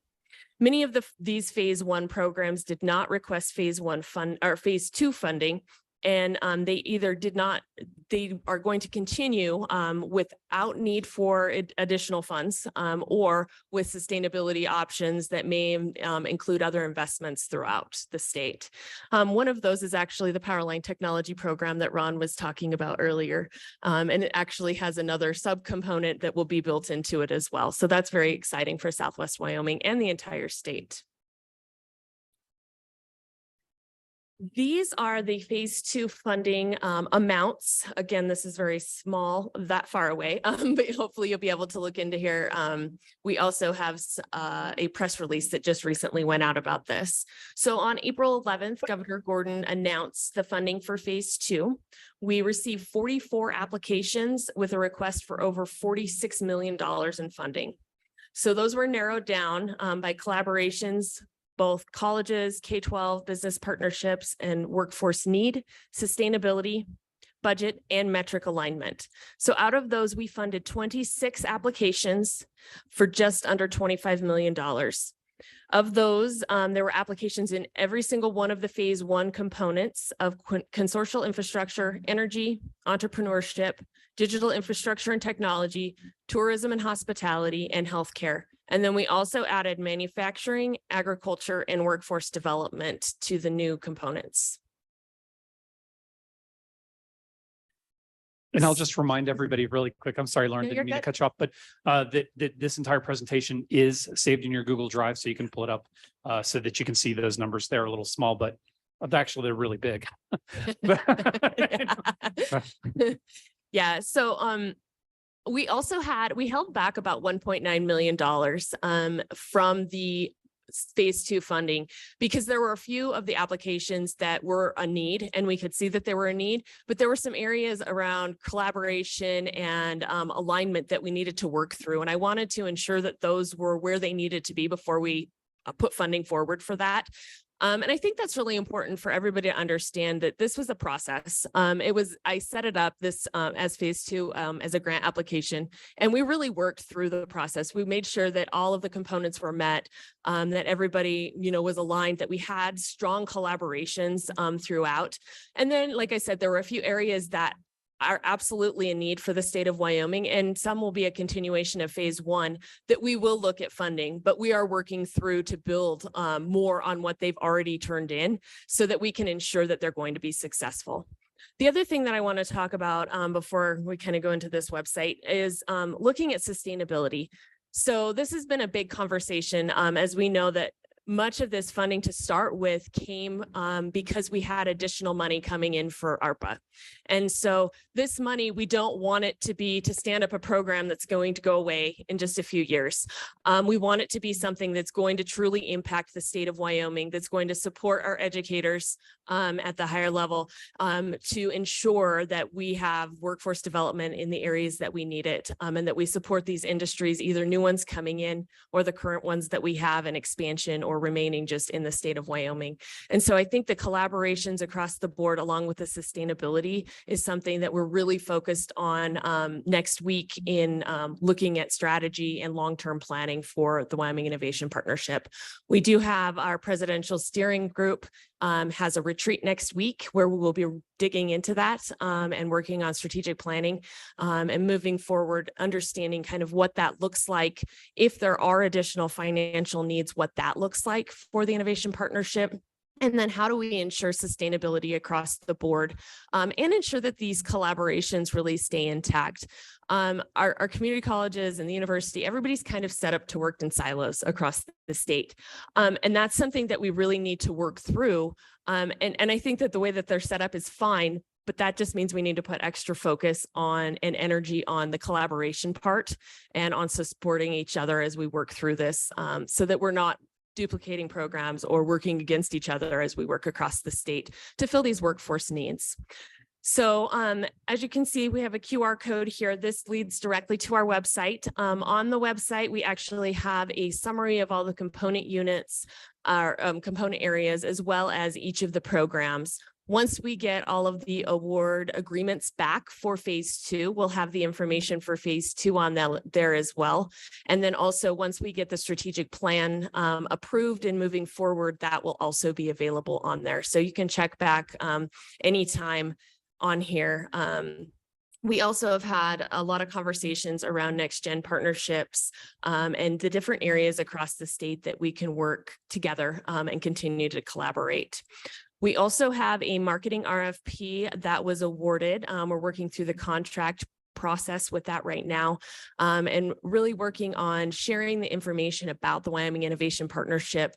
This information can be utilized for businesses. It can be utilized for potential college students, high school students, their families, to understand what awesome job opportunities we have right here in the state of Wyoming. And then it also can be offered as a recruiting tool for the Business Council and for, us trying to bring in new businesses. This is not something that is in every state across the nation. And so I think it's something that we can be proud of and we can talk about for recruiting across the nation, and really what we can offer to industries as they look at Wyoming as a place to relocate. And so we will be closing out, like I said earlier, we will be closing out phase 1 at the end of June. And we will be having metrics come forward for that, as well as success stories. And I'm going to work to put together a report, which Robin will be able to share with this council as well, as soon as it's completed, about each of the components, overall our metrics, how many students we've touched, how many programs we've stood up, all of those types of things, the different infrastructure and the money that's been put into the different infrastructure across the state. And then each of the components, actually, I'm looking for a success story, and I have many of them rolling in, but I think that it also really helps for us to understand where we're making an impact in every single one of our communities. And there are success stories in every single one of our communities currently. And so those will be available. So when people ask about the Wyoming Innovation Partnership, remember that information will be available. It will also be on the website, so we can kind of tell the story of what impact this is making across the state collectively. So with that, I'll stand for any questions. Thank you, Lauren. Does anybody have any questions? I have one, Mr. Chairman. I think we have one coming in from Tammy. Let me get her real quick, Ron, then I'll jump to you. Certainly. Tammy? Thank you, Mr. Chairman. Thank you, Lauren. That's a great presentation. I've often had questions about WIP, and I was looking at I was trying to look quickly at the 2 lists of metrics that you had. And I noticed on each of those you had wages. And I feel like Wyoming is really behind in wage areas in this country. And I think one of the reasons we can't hold workers here is because, and our young people, is because our starting wages are low. Our end wages aren't that competitive.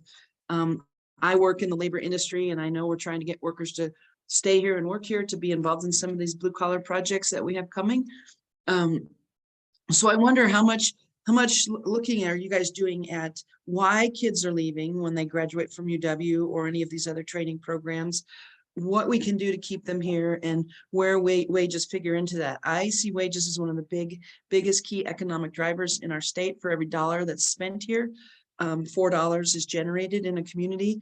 And so when we bring all these out-of-state workers in, which many of these companies do, that money's not staying here. So it's such a kind of vicious cycle, I guess.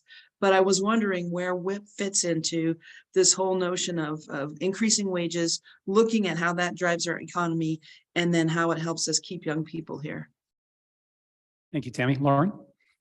Thank you, Mr. Chairman. Tammy, those are all fantastic questions. As we're rolling this out, we haven't quite gotten to the understanding why students are leaving as a whole. And the problem with that, I think, is just the follow-up from them after they leave the state. If they don't come back, trying to find them and follow up on that information. And so that is something that is a part of the long-term metrics that we are working towards, and really understanding, how do we get that information? Is it just a small select group of people that we can potentially follow and ask that information from?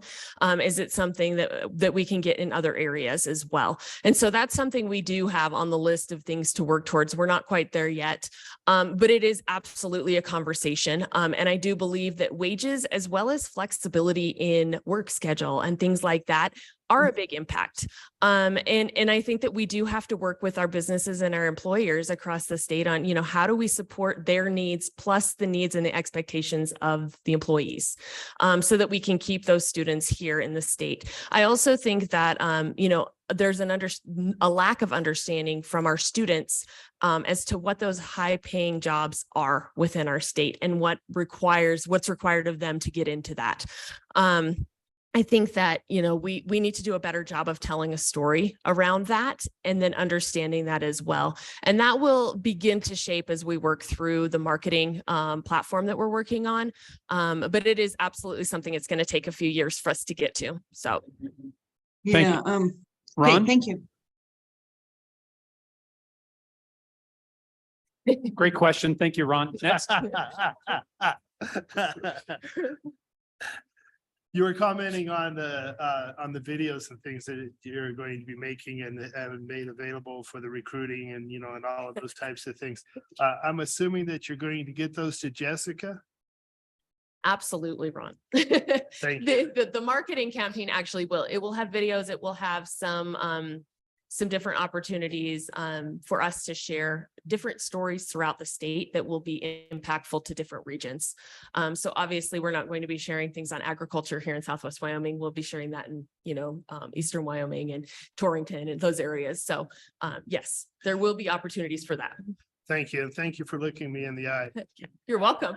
And those that don't know the inside story, you can ask Lauren about it. She'll be happy to tell you. Ron will tell you later, so it's okay. Jim Engel has a question from Zoom. Thank you, Chairman. I just actually have a comment to a question or comments that were made a little bit prior by, I believe it was by Tammy.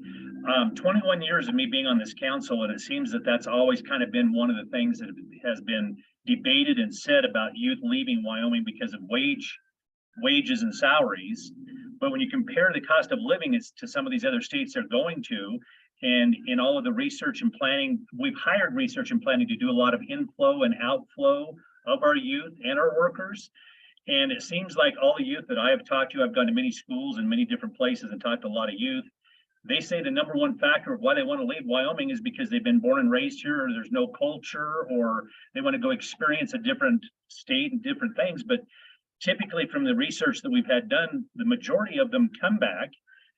So I don't know that there is a discrepancy in our wages and salaries based on our cost of living in Wyoming. So my sister's a prime example of that. She left Wyoming, moved down to Colorado. She came back in 8 years because she said, when you factor in the cost of living and the same wages in Wyoming, I think that that's getting to be kind of a moot point as far as why our youth are leaving. I mean, if we would build them malls and more recreation things and that, they probably would stay. I'm from Gillette, and that's what we need here, is more of that lifestyle to keep the youth, but it seems like they always tend to come back to Wyoming. And that's one of the programs that this council started was the, what was the youth program where we begged them to come back and the governor writes them a letter? Yeah, Wyoming Jim, I appreciate that. My daughter moved back here from Boston last year and she said, Mom, it costs way more to live here than Boston. Food is more expensive, gas is more expensive. You have to have a car here. Just all kinds of things. So I think a study would be apropos on that. We all have our anecdotal stories, but I know in the labor industry, we're hoping we'll have workers for the Terra Power Project because workers who can work in other places will make way more in other states than they'll make here. So, we have data on that kind of stuff. It's not a guess. We know what the prevailing wage is here. Take this conversation offline or schedule another time for it. But I want to get back to WIP. Does anybody else have any other questions? Actually, I do have one. So as I'm looking at phase 2 and all the various funded initiatives, is there kind of a second level or more detailed document that kind of shows what some of these are about? Like the one that says creative economy, intriguing to me. And I'm just curious, like what some of the details of that might be. Mr. Chairman, thank you for that question. There will be. So we're working through the agreements, so the contract agreements for the funding to be rolled out, and identifying, if there's reduced funding, what areas they will be focusing on, adjustments on budgets and things like that for applications that weren't funded in full. There will be detailed summaries on our website. I will share with Robin as soon as they're available, so she can share out to the council and you'll have all that additional information. And the creative economy one is really awesome. You're going to be excited about it. Fantastic. No, yeah, please do share with Director Cooley because, again, you've got 30 influencers and I think people who can kind of take the branding and messaging out to their communities. And so we want to sing some of the great stories that we've got. Director Cooley, were you about to say something? I'm sorry. Thank you, Mr. Chairman. I just wanted to point out that we have the young adult internship initiative here that we'll be working with, hopefully with UW and with the community colleges on, as well as a number of hopefully more internship opportunities within here. But we'll also be working with the Department of Ed on the digital credential wallet, which is pretty exciting. And I'm happy to offline visit with people about that. And I was remiss in not mentioning the Department of Ed and Dr. Aldrich as it relates to the apprenticeship opportunities and getting into the districts, getting into the schools and talking about those opportunities. So she would have additional information on that as well. Great. Dr. Aldridge, did you want to add anything, or we missed you because you're hiding behind all those CTE stickers?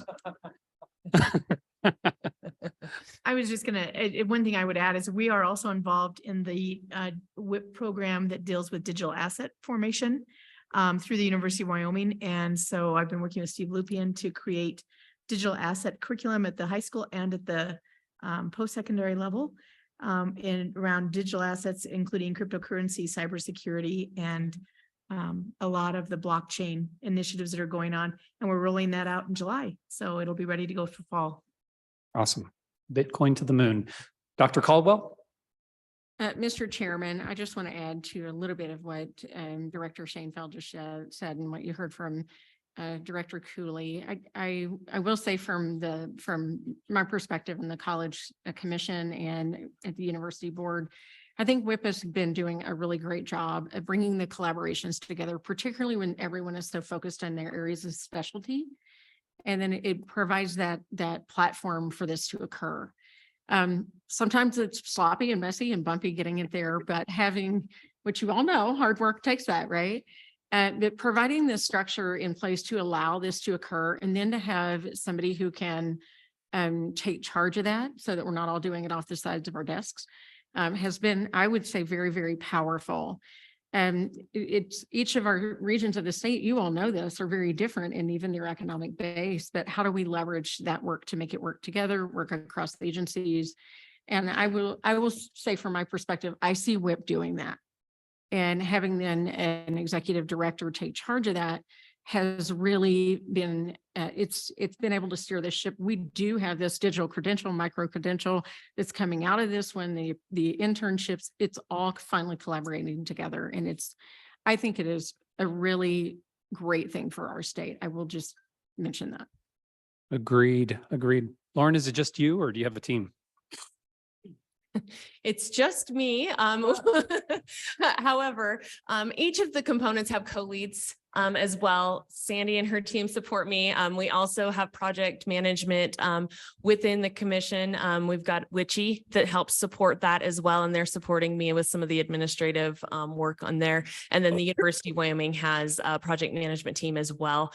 Anytime that I have a gap in either time or skill, I reach out to the presidential steering committee and really ask if they have somebody on their team that has that expertise or that time. And there's always somebody that's stepping up, supporting that. And so it is just me kind of leading the orchestra, but otherwise, I mean, I've got a lot of support, so it's good. Thank you. Representative Berger. Thank you, Mr. Chairman. And I just want to make a comment towards what we've been talking about a lot about on the education committee is parent choice and parent choice for where they want their kids to go to school and things like that. But it was evident to me today on the last presenters and our current presenter that the things I see is the choice of the individual. And that's what's awesome. Sometimes we forget about what the individual want, and it's going back to me. I'm thinking of my own children. Of course, I had a choice for my kids, but I was wrong on what they wanted. And I was wrong whether they want to stay in this state or want to go somewhere else. And I want individuals, because we're letting our individuals make that choice. And when perseverance comes through, and self-advocacy and that self-determination comes through, and it's evident, especially when these kids have been in a toxic home environment. Come on, we offer amazing choices and opportunities here, and this is just great. And I'm proud of that. So I'm taking this moment right here to our education committee. This is great and many opportunities for our individuals in Wyoming. Thank you, Representative Berger. Anything to add to that, Lauren? No, I agree. I'm also proud of the work that we're doing within our state, across agencies, across different communities. I think that really when we pull together, we're very strong. And I think that we in Wyoming have kept our mouths shut about all the good things that we're doing for a really long time. And there's a lot of awesome things going on. There's a lot of great collaborations.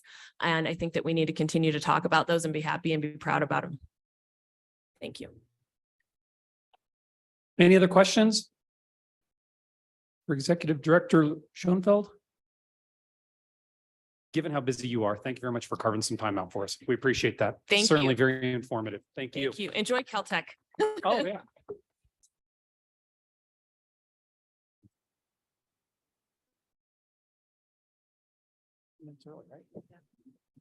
Anything else? Okay, so we're 10 minutes ahead of schedule, which is amazing. Who's the chair? So, but I understand we may need it. So we are, what's the plan? Kari, I'm going to turn it to you if you don't mind, or Jennifer. Jennifer, I'm sorry. Thank you, Mr. Chairman. We're now to depart to go to Caltech and tour their facility. They actually close at 4, so they were staying open specially for us. So it's an exciting place. We have it's at 2201 Blairtown Road. It's supposed to be about 8 minutes from here. But not all of us are from here, so it might take longer. Yeah, let's get down there. They have guns, so. All right, well, we're not adjourning. We're recessing for the evening. We are recessing for the evening. I don't think I need to vote, do I? Till 8:30 tomorrow morning.